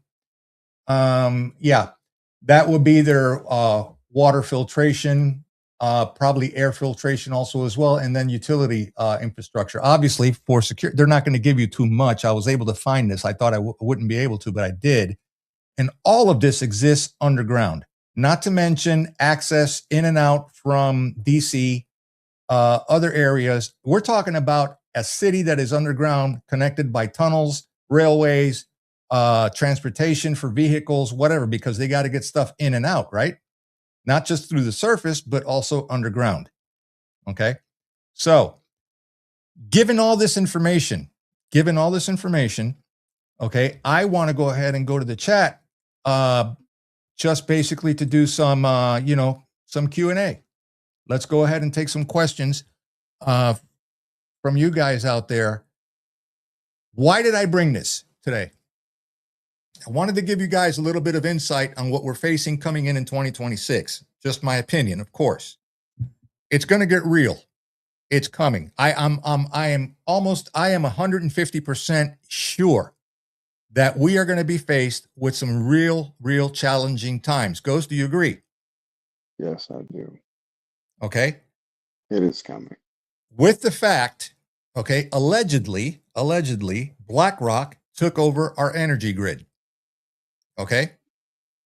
Which that to me is unsettling in itself, giving their track record with State Street, BlackRock, Vanguard, all that stuff, which is whom? Okay. The money people. And that extends to the royal families. All right. And then some. I'll leave it at that. Folks, my prediction is the lights are going to go out. For how long? How long? I don't know. Could be 30 days. Could be, I don't know. Could be 60, 90, 6 months. Who the hell knows? But the lights are going to go out. We are going to have violence escalated big time.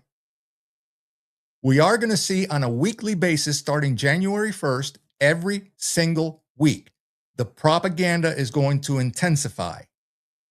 The misinformation is going to intensify. Okay. X is going to be the biggest cesspool that you will ever see in your entire life, with all of the misinformation, all of the propaganda floating around out there by outlets that are probably bots or either AI generated, fake accounts, all this shit. So you got to be very careful on what outlet or what source you select that is actually going to give you real information as it dribbles out. Okay. I don't go specifically by that. Okay. This is on assignment, talking to people that I know, people, information that comes to me, from down south and things along those lines as I pass it up. And of course I confer with Ghost also as well. The message here for today was to make you aware of what Bill Cooper discovered way back in the day, because he was in the game. Whether you like him or dislike him, whether they called him a nut job or not, it does not matter. A lot of the stuff that he put in that book, okay, after they won a lawsuit and they restocked the shelves in libraries and made it available again to the public after they offed him, okay, he was in the game. He was murdered. He was murdered. Okay. He told you 9/11 was coming. He didn't know when, but he knew basically where. He didn't know the exact buildings. He didn't know. He knew it was going to be New York metropolitan area, and he knew it was going to be that fall. But no, he didn't know when, didn't know what. But he made people aware of it, and he was saying, CIA claims to be looking for, I'm giving you his words, claimed to be looking for Osama bin Laden, when he actually used the term on his broadcast, while some douchebag from CNN waltzes right up into his cave and does an interview with him. And that was aired on TV. I remember seeing that. It was. They And actually so freaking aired it. all of this, understand one thing. What you think you know today is 20 years behind the times. Yep. And it's a lie. It's a fucking lie. All of it. It's 20 years behind the times. Smart dust, nanotechnologies have already been deployed. 5G you'll find in many metropolitan areas. I'm sure many of you live among it.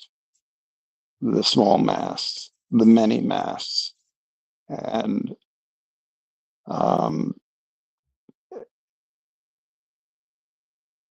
you're living in a time where technologies are far beyond what anyone is even talking about, and they're already deployed.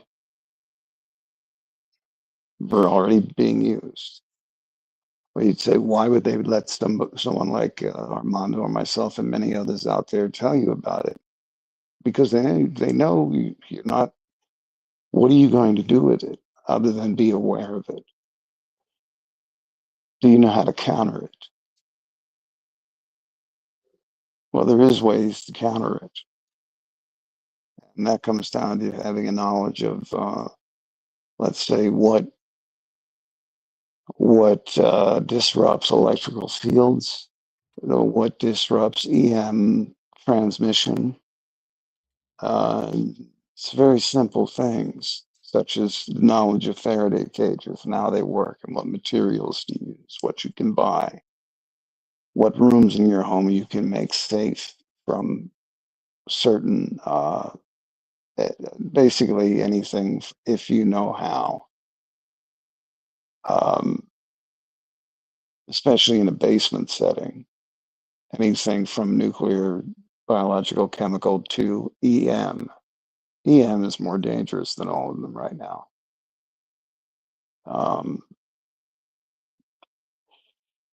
if certain things were utilized, if certain systems were fully activated that are in place. That with the biological component from what is infused, what people received in injections, doesn't make for a pretty tomorrow. It does not. That switch has not been flipped yet. I would just say, please look into these ideas and look at what's out there. Try not to get carried away with what, unless it is from a credible source and you understand the science, and the science is not that difficult to learn. Electromagnetism, electromagnetic spectrum, what it entails, what it doesn't entail, and how these systems, such as everything from smart dust to biogels, play into all of this. I would caution people to at least be knowledgeable of it, along with that biological, nuclear, biological, and chemical things that have existed for decades and decades before I was even born. Even before Armando was born. Mm-hmm. So this is all real stuff. It is. And there's no saying that certain wackadoodles that have been led across this border will not employ some of this. Anything from it's highly possible. Anything from a nerve agent to incapacitating agents such as blister agents, harassing agents that cause you to cough, and not necessarily like phosgene gas or chlorine gas, which would, cause you to drown from the inside of your lungs blistering over, or blindness, etc., temporary or otherwise. All of this stuff is out there. And there's no dirty bombs. They talk about it all the time. There is no saying that any of this is not going to happen. There are too many people still who came from aggressor nations who are acting aggressively in their communities and even openly discussing these things. Yeah, all you got to do is look at TikTok and look at the Somali videos of the guys, hey, white boy, white woman, you work for me, get to work so you can support me. And then using inappropriate language. This has to be dealt with. It just has to be dealt with. And I don't see any movement towards this. Okay. All right. If the UK is wanting to arrest and censor and just detain people here in America for talking negative about the shit that's going on over there in the UK, why aren't we enforcing something here to prevent this violent rhetoric from stopping? You got elected people. You can kiss our American asses. They can fuck off and go to hell. Exactly. Right. It's not dealt with. So Mia Dal, sorry, here has a question for you. It's up on screen. I'll read it for you in case you can't. It says, Ghost, can you talk about the stomach epidemic problem that they say is coming? What can we do about it, and how is it targeting people? Okay. Glad you brought that up. Fox News. I'd be very careful going in public. I'd wear disinfecting surfaces isn't going to help you against this one. This one can form what's called protein spores. Yes. And Lysol, alcohol, nothing is going, none of even the hospital grade antiseptics for cleaning operating rooms and contaminated areas aren't strong enough to kill this. The only thing that'll kill that is a steam vacuum autoclave, or ethylene oxide, or gamma radiation, or several other types of chemical disinfection that are very, very toxic to you. if it has the same, it's been engineered with the same bonding capabilities, then I would just be prepared to keep flushing your alimentary canal, your mouth to your anus, with copious amounts of water, distilled or otherwise. I would try to use natural spring water. It's the best you can do and hope your body fights it off. But intake of proper nutrition, I don't know what medicines yet are effective against it. I don't know the properties of this pathogen just yet, but I'm sure you're going to find physicians out there who will know and who will be able to give at least a battery of both over the counter and prescription that are probably already available that can handle it. They're not going to put something out there that's going to kill them also in case they should contract it, those who are behind putting it out there. So there's going to be an answer or an antidote to it. The vaccine is not the answer for a just a normal pathogen that your body will eventually fight off. Even though it may have a higher death rate than COVID and it be more difficult on children.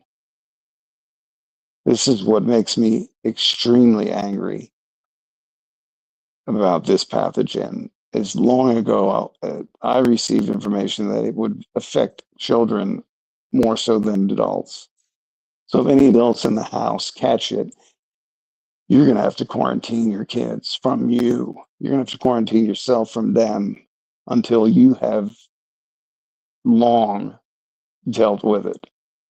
And that's going to be a difficult thing to do in a lot of situations because most people simply do not understand aseptic technique and what it means and how you employ it in situations like this. You don't have to quarantine a whole section of, if you have the ability to quarantine, to seal off a whole section of your house where your kids and those unaffected can have bathroom facilities and you do not intertwine in any way, shape, or form until you are well past it.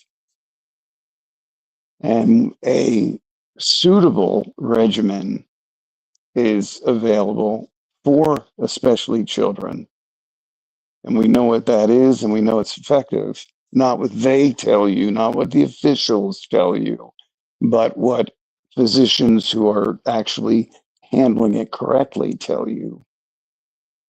Because the divide has already been created. COVID did that. And if COVID didn't teach you one thing, it should have taught you, don't listen to them. CDC is useless as teats on a boar. They're not going to tell you. What were they telling people? Respirators. That killed you. That killed more than it ever helped. That was common sense. When we already had medications that handled COVID, that had been around for 50, 60 years. So the same will be true with this. It's just going to be how to best deal with it and how to keep, if it is has a diarrheal component to it, keeping someone hydrated will be the biggest problem. But hydration will be number one. And, nutrition, vitamins, whatever anybody can absorb as quickly as they can. I don't know. I don't know the nature of the pathogen yet. I'm trying to find that out. I will tell you this, and this was just before we came on tonight. So F.E.V.E, Dr. Mark Siegel, Fox News senior medical analyst, and I have pictures of it because I took it up the TV. New flu strain causing more severe problems. Okay, severe problems. Now, Yesto says in here, did Go say protein spores? He did, and I got it here also as well. All right. I want you to I'm going to put this photograph up to the camera so you guys can see it. Hopefully it'll come through clearly. You're going to see the spores there with what? Right? The protein spores sticking out just like the COVID virus. All right. So it's called subclad K variant among influenza A virus, a new flu strain emerging as a severe health threat. CDC is all over this shit. 89% of acquiring it. It is targeted for young kids in schools. Some symptoms are, and I know this because I've spoken to Rogue about this, Rogue RN, throwing up and diarrhea at the same time. It attacks the gut. Because remember, everything health-wise, where does it go? The gut. Recommendations, okay? I'm trying to get this. God, what is it? Electrolytes. Not just electrolytes. Oh, Jesus See, Christ. the problem with something that forms a protein, a bacteriospore, which is rare. All right. Normally, you have either viruses or bacteria or aerobic or anaerobic. Aerobic meaning they can survive in an oxygen environment. Anaerobic means after so many hours of exposure to oxygen on a surface or wherever, they will die. The oxygen will kill them. It'll break them down after so many minutes, hours, days, depending on the type of pathogen. Something that forms a bacteriospore, a protein spore element to it, can sit on a surface ad infinitum. And it can still be then, once it's introduced back into a more moist environment, that of the mouth or the nose, it then, the protein spore breaks down.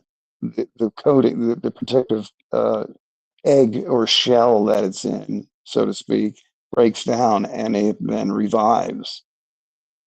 And that's what makes it a difficult thing to deal with. Because if people sneeze or cough or spit, and it's left on a surface, it's going to still survive.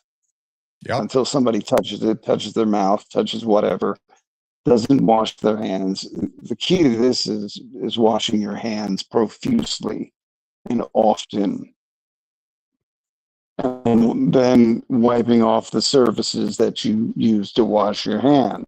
This is a discipline that you have to do many, many times a day while this is out there, if this should become widespread.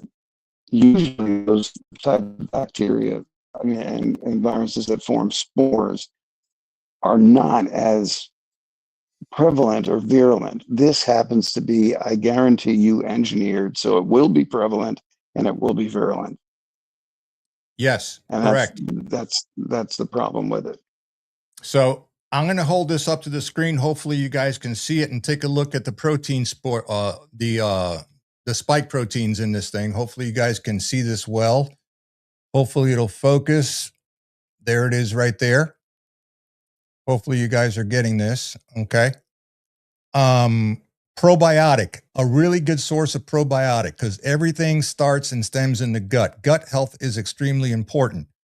Okay, supplements, vitamins, a good probiotic, fiber, especially so you can a real Greek yogurt that tastes sour and bitter, but it's got all of the real probiotics that make it past the stomach and into your digestive system. If you can, you'll have to get kids to keep that down.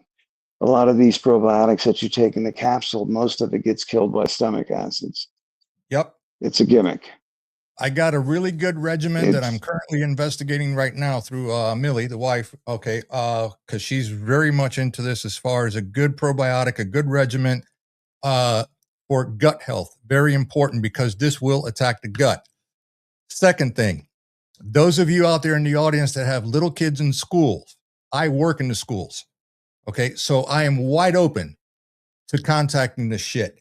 Okay. And then bringing it home. That is going to be ground zero. That's what's going to be targeted. They said kids. Okay.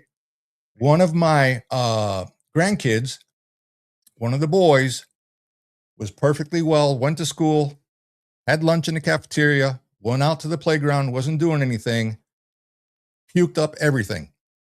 Okay. Then he had the runs and had to go to the bathroom, right? Also, as well. I don't know. Maybe it was a coincidence. Maybe not. They've incorporated halal foods in our school system now. They're going to target the food, which are going to target the kids, because where did this food come from? If you can bag good nutritional lunches for your kids, give it to them, have them take it to school, get away from the freaking cafeteria food. I'm just going to put that out there as a protective measure. Okay. And just remember, if you go into the schools, the kids will get somebody else, you know, whether it's just a regular cold or a stomach bug or whatever, they're going to bring that shit home. They try to get it all the time for me. This is why I supplement. I take really good probiotics. I vitamin like hell. And I also eat this like candy. And I'm not plugging Tucker Carlson, but I take a lot of this also because nicotine actually helps in a lot of areas, because we were told it's bad for you. But this has really good circulatory. Pure nicotine is not bad. What's that? Pure nicotine is not bad for you. It's the delivery systems that are often bad. What you're showing is not bad at all. Right. Exactly. Now, what makes anthrax and several other bioweapons such potent bioweapons is that they are in spore form in the warhead. And when the warhead buries itself or makes contact with the ground, it begins an aerosolization process and begins to spray it in the air. Or the warhead just simply disperses it all at once into a cloud. And people breathe that in, and that's how a battlefield spore works. And within 24 hours with anthrax, you're usually dead. Now, the thing about what makes spores like this dangerous is this is something that could be added to food supplies and you wouldn't know it. Yeah. And then you can just go down that rabbit hole and go with chemtrails. What are they spraying in the air? Because understand this, folks, everybody's, well, eat clean, grow your own food, grow your own stuff. Okay, great. Hey, I'm all on board with that. I have no problems with that whatsoever if you have the capability, the land, and the means to do so. Understand this, and I learned this a long time ago. And I'm just going to use chemtrails as an example. Okay, it could be maybe, maybe not, but you want to grow lettuce, you want to grow carrots, veggies, peppers, whatever. Where does it come from? It comes from the ground, right? It comes from the dirt. If your soil is contaminated by whatever they're putting out there as a delivery system, guess what's going to get contaminated too? The food you grow, because it gets the nutrients from the soil. When it comes to livestock, okay, cows, mad cow disease, pigs, chickens, whatever the case may be, right? Where do they eat from? Outside. Cows eat grass, right? Pigs eat everything, right? Chickens eat whatever, okay? Well, if the soil is contaminated and livestock is eaten from the ground, they're going to get contaminated too. You understand? That's just how that works. It's common sense. You got to be really careful. You got to be very vigilant on where you grow your clean food from, and just wash it really well. You just have to get in that mindset. Okay. That makes sense. It's just common sense, as Go said, but this will attack kids. Gates has already talked about this. He's already put the warnings out there. Hey, this is going to be coming, so be careful. And yeah, we're working on a vaccine for this. It's the same fucking replay again. It's the same playbook, right? A vaccine is not what's required for this. No. What's required for something like this is prophylactic measures. And in other words, certain types of substances or medications that will keep the children's gut health up to par, their immune system up to par. And from there, if they should contract it, they're at least on the strong side of the equation. And then whatever is used to kill it or mitigated as much as possible once in the system until the immune system can take over. But a vaccine is always the go-to for these clowns because they want to they want the soft kill. Yep. The soft kill continues. The soft kill is going on right now through pharmaceuticals. All these new pharmaceuticals, every one of them, no matter what it's treating, a skin condition, overweight or diabetes, nervous system damage and death, or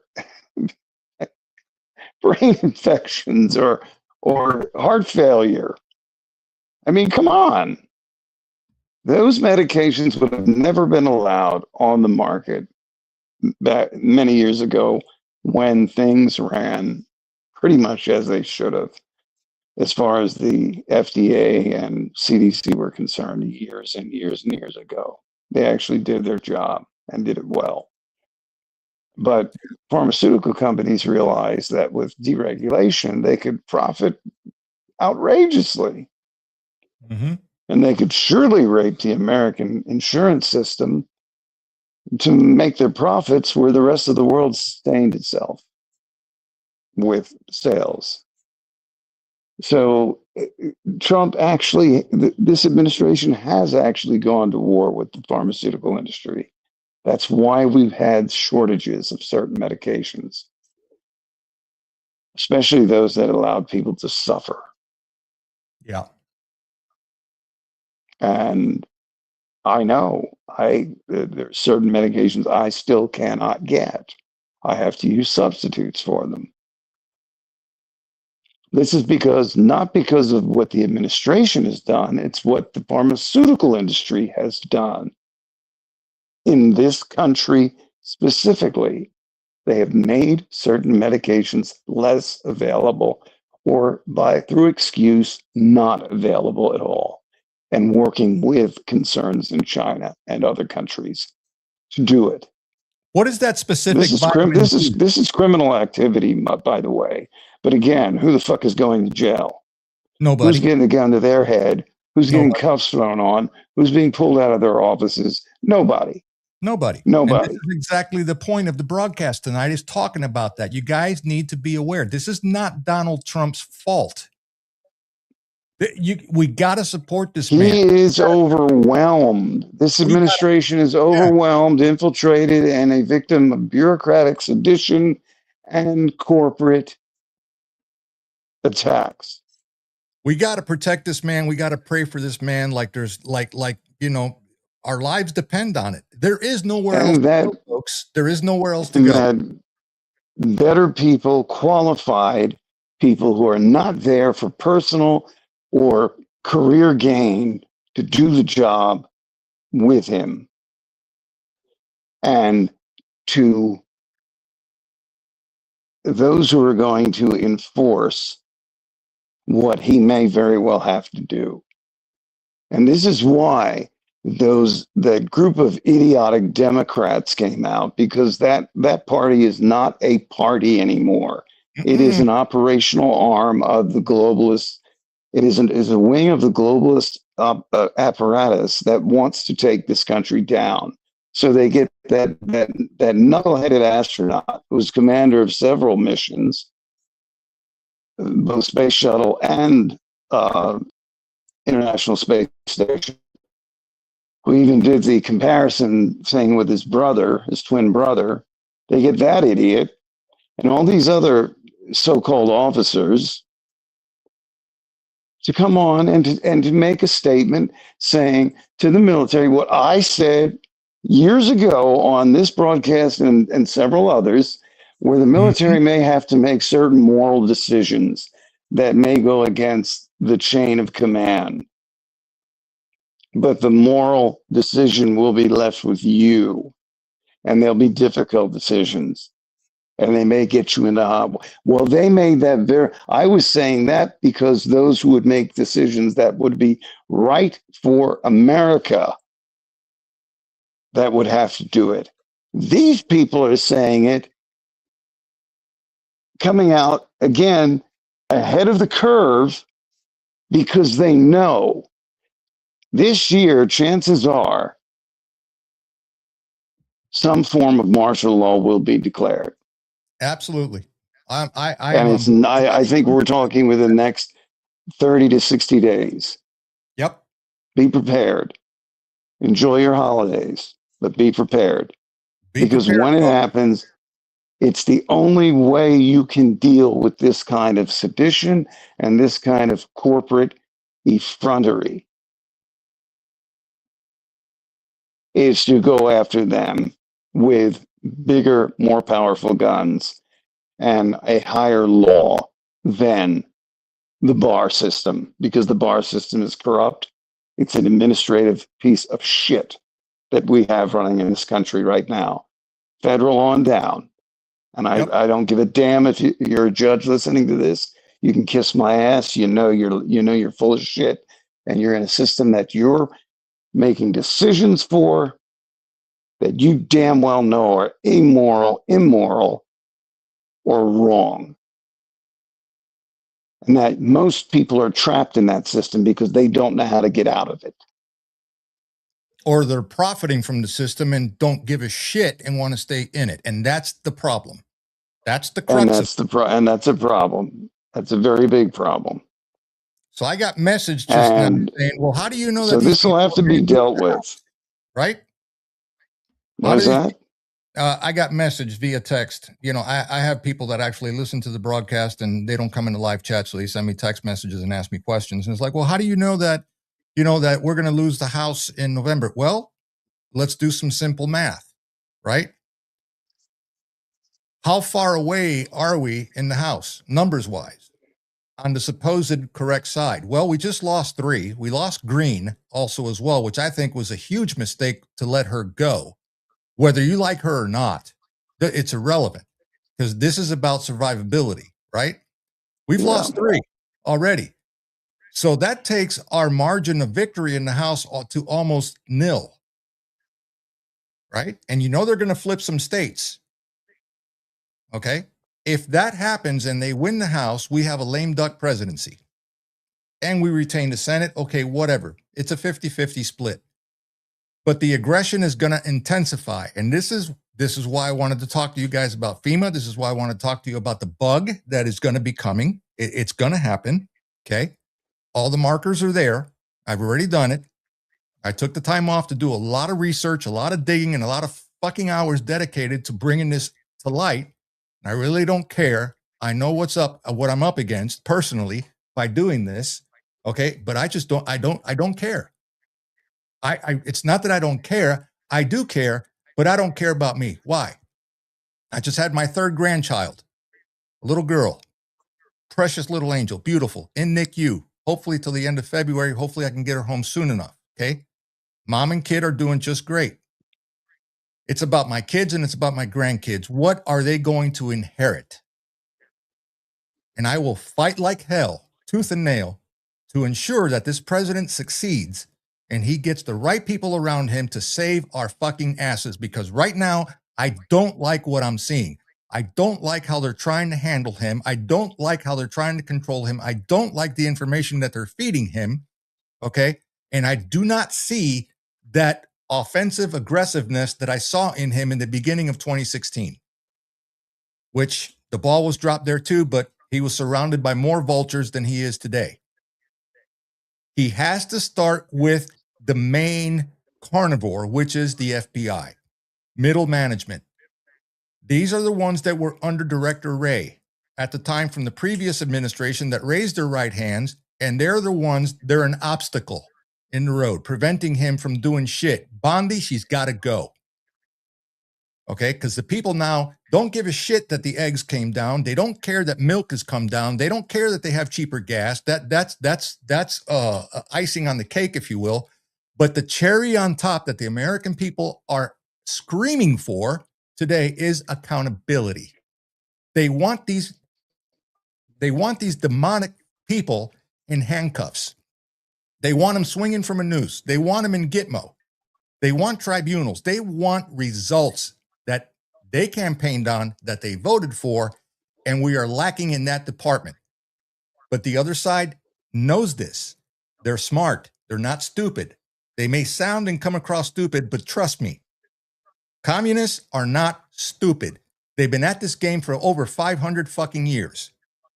They know the game. They invented the game. Okay? And they're in this to win it by hook or by crook, whether it's through immigration, whether we like it or not, we're stuck in this game. And we're stuck in it. We're stuck in it, folks. We are stuck in this shit. And I am telling you, Ghost is telling you, and a lot of other creators out there are telling you the same thing. 2026, the shit's going to hit the fan. It's here. It's go time. All I'm saying in tonight's message is simply this: prepare.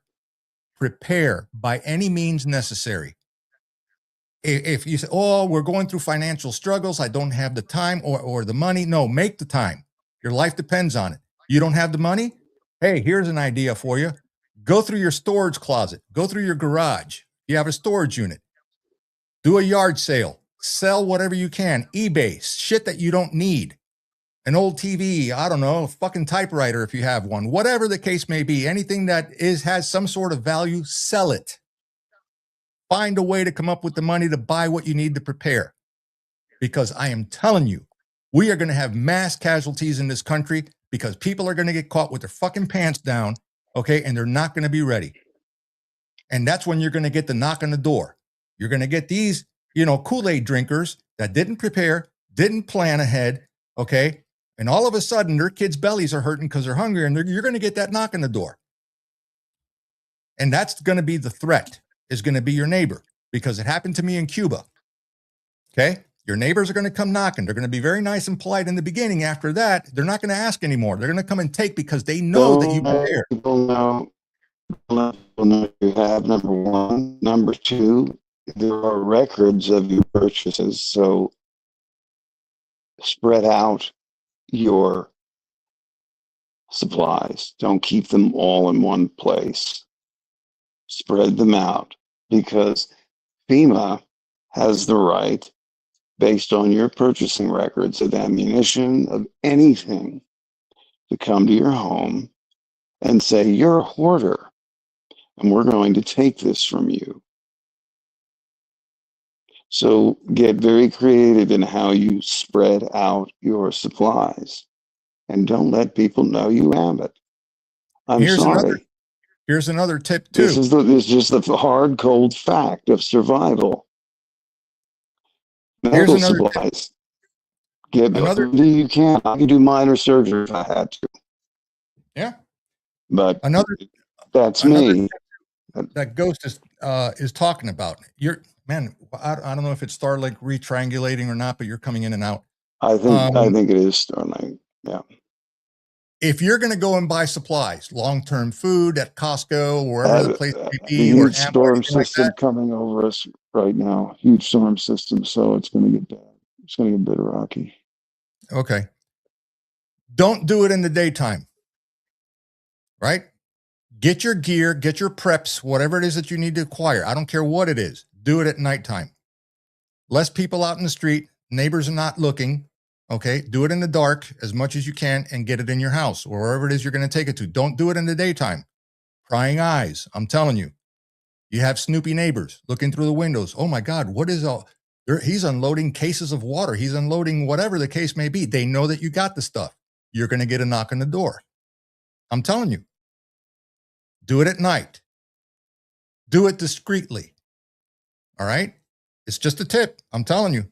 This shit is going to get real. I pray it doesn't happen, but guess what? All the indicators right now are pointing in that direction. This thing has to go down. It has to be scorched earth. It's got to be burned to the fucking ground, and it's got to be rebuilt. You want to get the republic back? Sorry. Freedom comes at a price. It ain't free. There will be blood. The bill is coming due. I'm telling you. It's going to happen. It comes to feeding my child, and medicating my child, and your child is sick. My heart goes to you. Sorry, I don't have it. I'm just saying. And be quiet. Don't be spreading it around. All right? Keep your Don't talk about it. conversation on the phone, text messaging. Don't even vocalize it or put it out there. Your survival Just do gear it quietly. stays with you. It's nobody's business. I don't care if it's family members. I don't care, because they're going to be the first ones. Okay, they're going to be the first ones because they didn't listen. Well, Armando's a conspiracy theorist. He's crazy. But guess what? When you're going to be in need, they're going to be the first ones knocking on the door. Okay, it's a repeat of history. Happened already to me, so I already know. All I'm saying, guys, is prepare. Prepare, prepare, prepare. Spread the message. Share the shit out of this thing. Please like, share, subscribe. Tell people about it. The important thing is the word needs to get out. I know they're going to shut me down. I already know it. It's going to happen next year. All right? So if you guys can support the channel, whatever, just to keep the show running, just to keep this thing going, you know, the merch store is open and stuff like that, just to help, if you can, it's greatly appreciated. But just get the word out is the most important thing right now. That's it. All right? Please, please prepare and spread the word. Let people know. People need to be informed, because you're not going to get it from mainstream. You're not going to get it through cable. You're not going to get it through any of the outlets. You're just not. Independent media is the way to go. The internet. The young generation today relies and they get their news from the internet. They don't get it from television anymore. They don't get it from newspapers. That's even a thing anymore. That's another thing that Trump needs to change. Trump loves the New York Times. The New York Times is a pipeline from the agencies. Okay, and It's I don't know the why cabal he times. in New York. All right, he needs to get away from, you know, the boomer mentality of relying on, you know, on those outlets. He needs to get more on the internet side of things, because that's where the future voters, that's where his focus and his attention needs to go to. I hope somebody that I don't know of is listening to this information, and hopefully they can pass this along to him. We love this man. We want to pray for this man. We want to help this man to succeed, but he has got to get firm, and he has got to go on the offensive the same way that these socialists, when they go, or communists go on the offensive, they come at you with everything they got. They bring hellfire. We got to do the same thing. Republicans out there, you sons of bitches better get on board and start bringing some hellfire also as well, because if not, it's not going to be just the end of us. It's going to be the end of you. And then ultimately what's going to happen is we, the people, are going to have to get busy, and we're going to have to do the best we can, okay, and start cleaning up what's coming at us. And it's going to be a mess. Nasty. It's going to be a mess. Just know it's coming. Ghost, give me some closing thoughts or any questions, because I think we're done. But again, folks, please like, share, subscribe, follow the channel, man. Support wherever you can, but most importantly, get the message out. Tell a neighbor, tell your family members, hey, it's go time. This shit's about to get real. Get off of autopilot. Get the hell off of autopilot. You better be awake. You better be vigilant. You better have your head on a swivel, because it's coming. It's already here, and it's just going to intensify after New Year's. And anyway, I'll stop. I fucking beating the drum here. Let me see. Sam Spencer. A piece of advice I would give to everyone is find a way to package up dryer lint. Yes, that's a good fire starter, because that makes great for fire starting materials. Yep, absolutely. Sam's on the money here with that.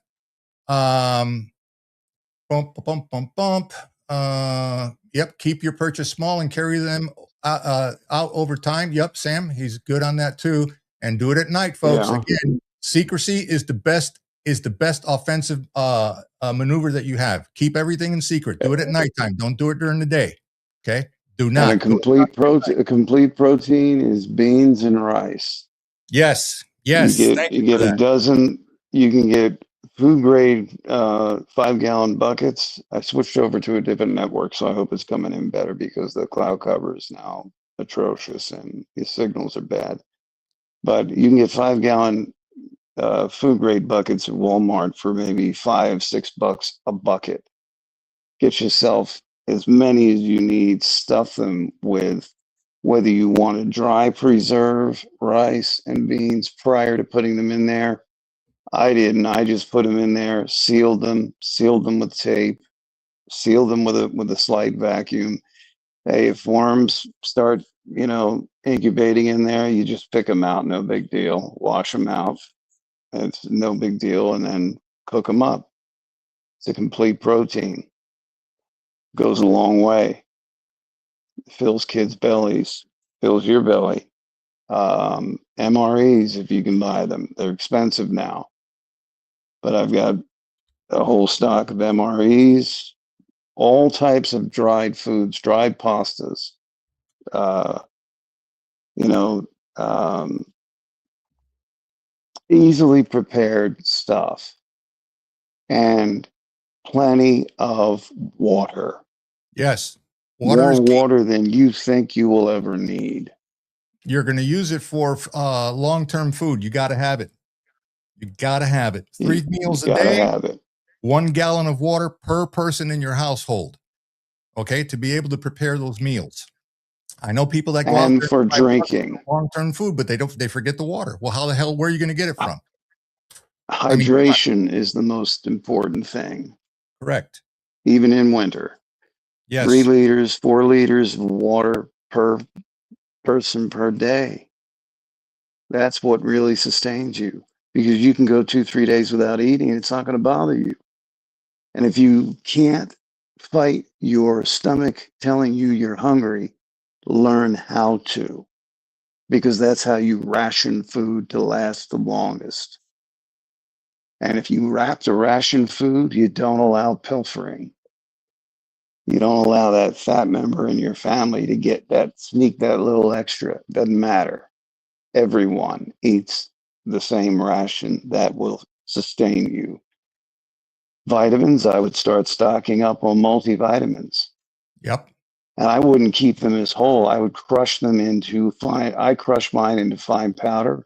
I vacuum seal them. You take these very small 1-gram spoons. You know what the dosage is per spoon of vitamin C, powdered vitamin C. You can buy that powder form already. It's much more effective than the pill forms you buy. The multivitamins, you powder them, and you take that small 1-gram spoon a day. That's enough. That and the water and the food ration will keep you going. It will keep you alive. You will not be living to eat. You will be eating to live. Another And then important you will have vigilant guardianship of the house. If you have enough, you're going to have someone on guard 24/7. And if that rotating means every shift. 4 hours you wake somebody up, you wake somebody up. It's their turn. They walk around the windows. They keep watch on the house. They keep watch that there's no one outside. If there's someone outside, you don't alert them by turning on the lights and just wake those who have proficiency with weapons. And a house is the most difficult thing to defend. But if someone is going to bust through your front door, you've got the edge if you know they're there. As soon as they come through, you open fire, and you have several opening fire, and you've got it taken care of. Problem solved. The rest will run. Do And not bag clear them if your you can. If you bag them if you can while they're running. do not clear your house either. Okay? Do not clear your house. You know your house layout better than anybody else. Don't go out there clearing a house if you feel that somebody is in your house. You protect the room, get everybody into one area, okay, and pick up and set up a defensive measure, because there's only one way in and out of a room. You have the advantage. Okay? You have the advantage. Call law enforcement if you have to. Okay? Another thing, and a key component that most people always omit, and you can pick this up on Amazon, anywhere between 30 to 40 to $50, depending on, what you prepare for. They have good first aid kits that come in a little go pouch, okay, or a bag. Get one. Get as many as you can. hope probably, if you can, one for each member of the family. Band-aids, gauze, scissors, knives, whatever, anything that you need. Blood First aid kit. coagulators, Yeah, everything from blood coagulators to tourniquets. exactly. Get a military grade belt pack field kit that has tourniquets, 2 tourniquets. Get extras if you can, because if you get hit in the arm or leg, you're going to have to stop that immediately, and it's not going to feel good. It's not. Worst case scenario, stock up on, okay, I don't want to be gross here, but stock up on tampons. Tampons is a good absorbent for treating a wound, whether it's a knife wound or a bullet wound or whatever. Stock up on that too. Okay. I remember back from the uniform days. Okay. It's a good thing to if you carry. can't get If you can't get abdominal pads and gauze, get those, get sanitary napkins and the pads, all of it. Yep. They work well. All right, folks. Ace wraps, tapes, 4x4s, 2x2s, all of that. And if you know how to suture, get sutures and suture equipment. You can get them out on the internet. I've got more. I could suture up 300 people with what I have. I didn't actually intend on it, but that's what I accidentally ordered. So get yourself some lumber also. Get yourself some lumber also as well. Thin, planks of wood that are straight and they're firm and they're sturdy in case you ever have to, apply it to an arm or a leg just to keep it in place. All these things, man, you guys have to think outside the box on this stuff. But all I can tell you folks is this, man, I hope none of this shit happens. I hope it blows over and everything comes up, rosy, sunshine and lollipops, unicorns start farting rainbows and things like that. But you know what? I just don't see it. I don't see it. All the markers out there, all the indicators, I mean, the probabilities are just up there. They just are. This is going to intensify. So with that, I'm going to bid you guys adieu. Thank you for stopping by. Thank you for tuning in. I know it was a long one, and I put that on the thumbnail out there, marathon, and we did it. We're almost going, so let me see, 6, 7, 8, 9, 10. Yeah, 4 hours. And stay tuned in. I will probably be dropping unscheduled streams in case I get information, anything that is critical or important. Just be aware of that.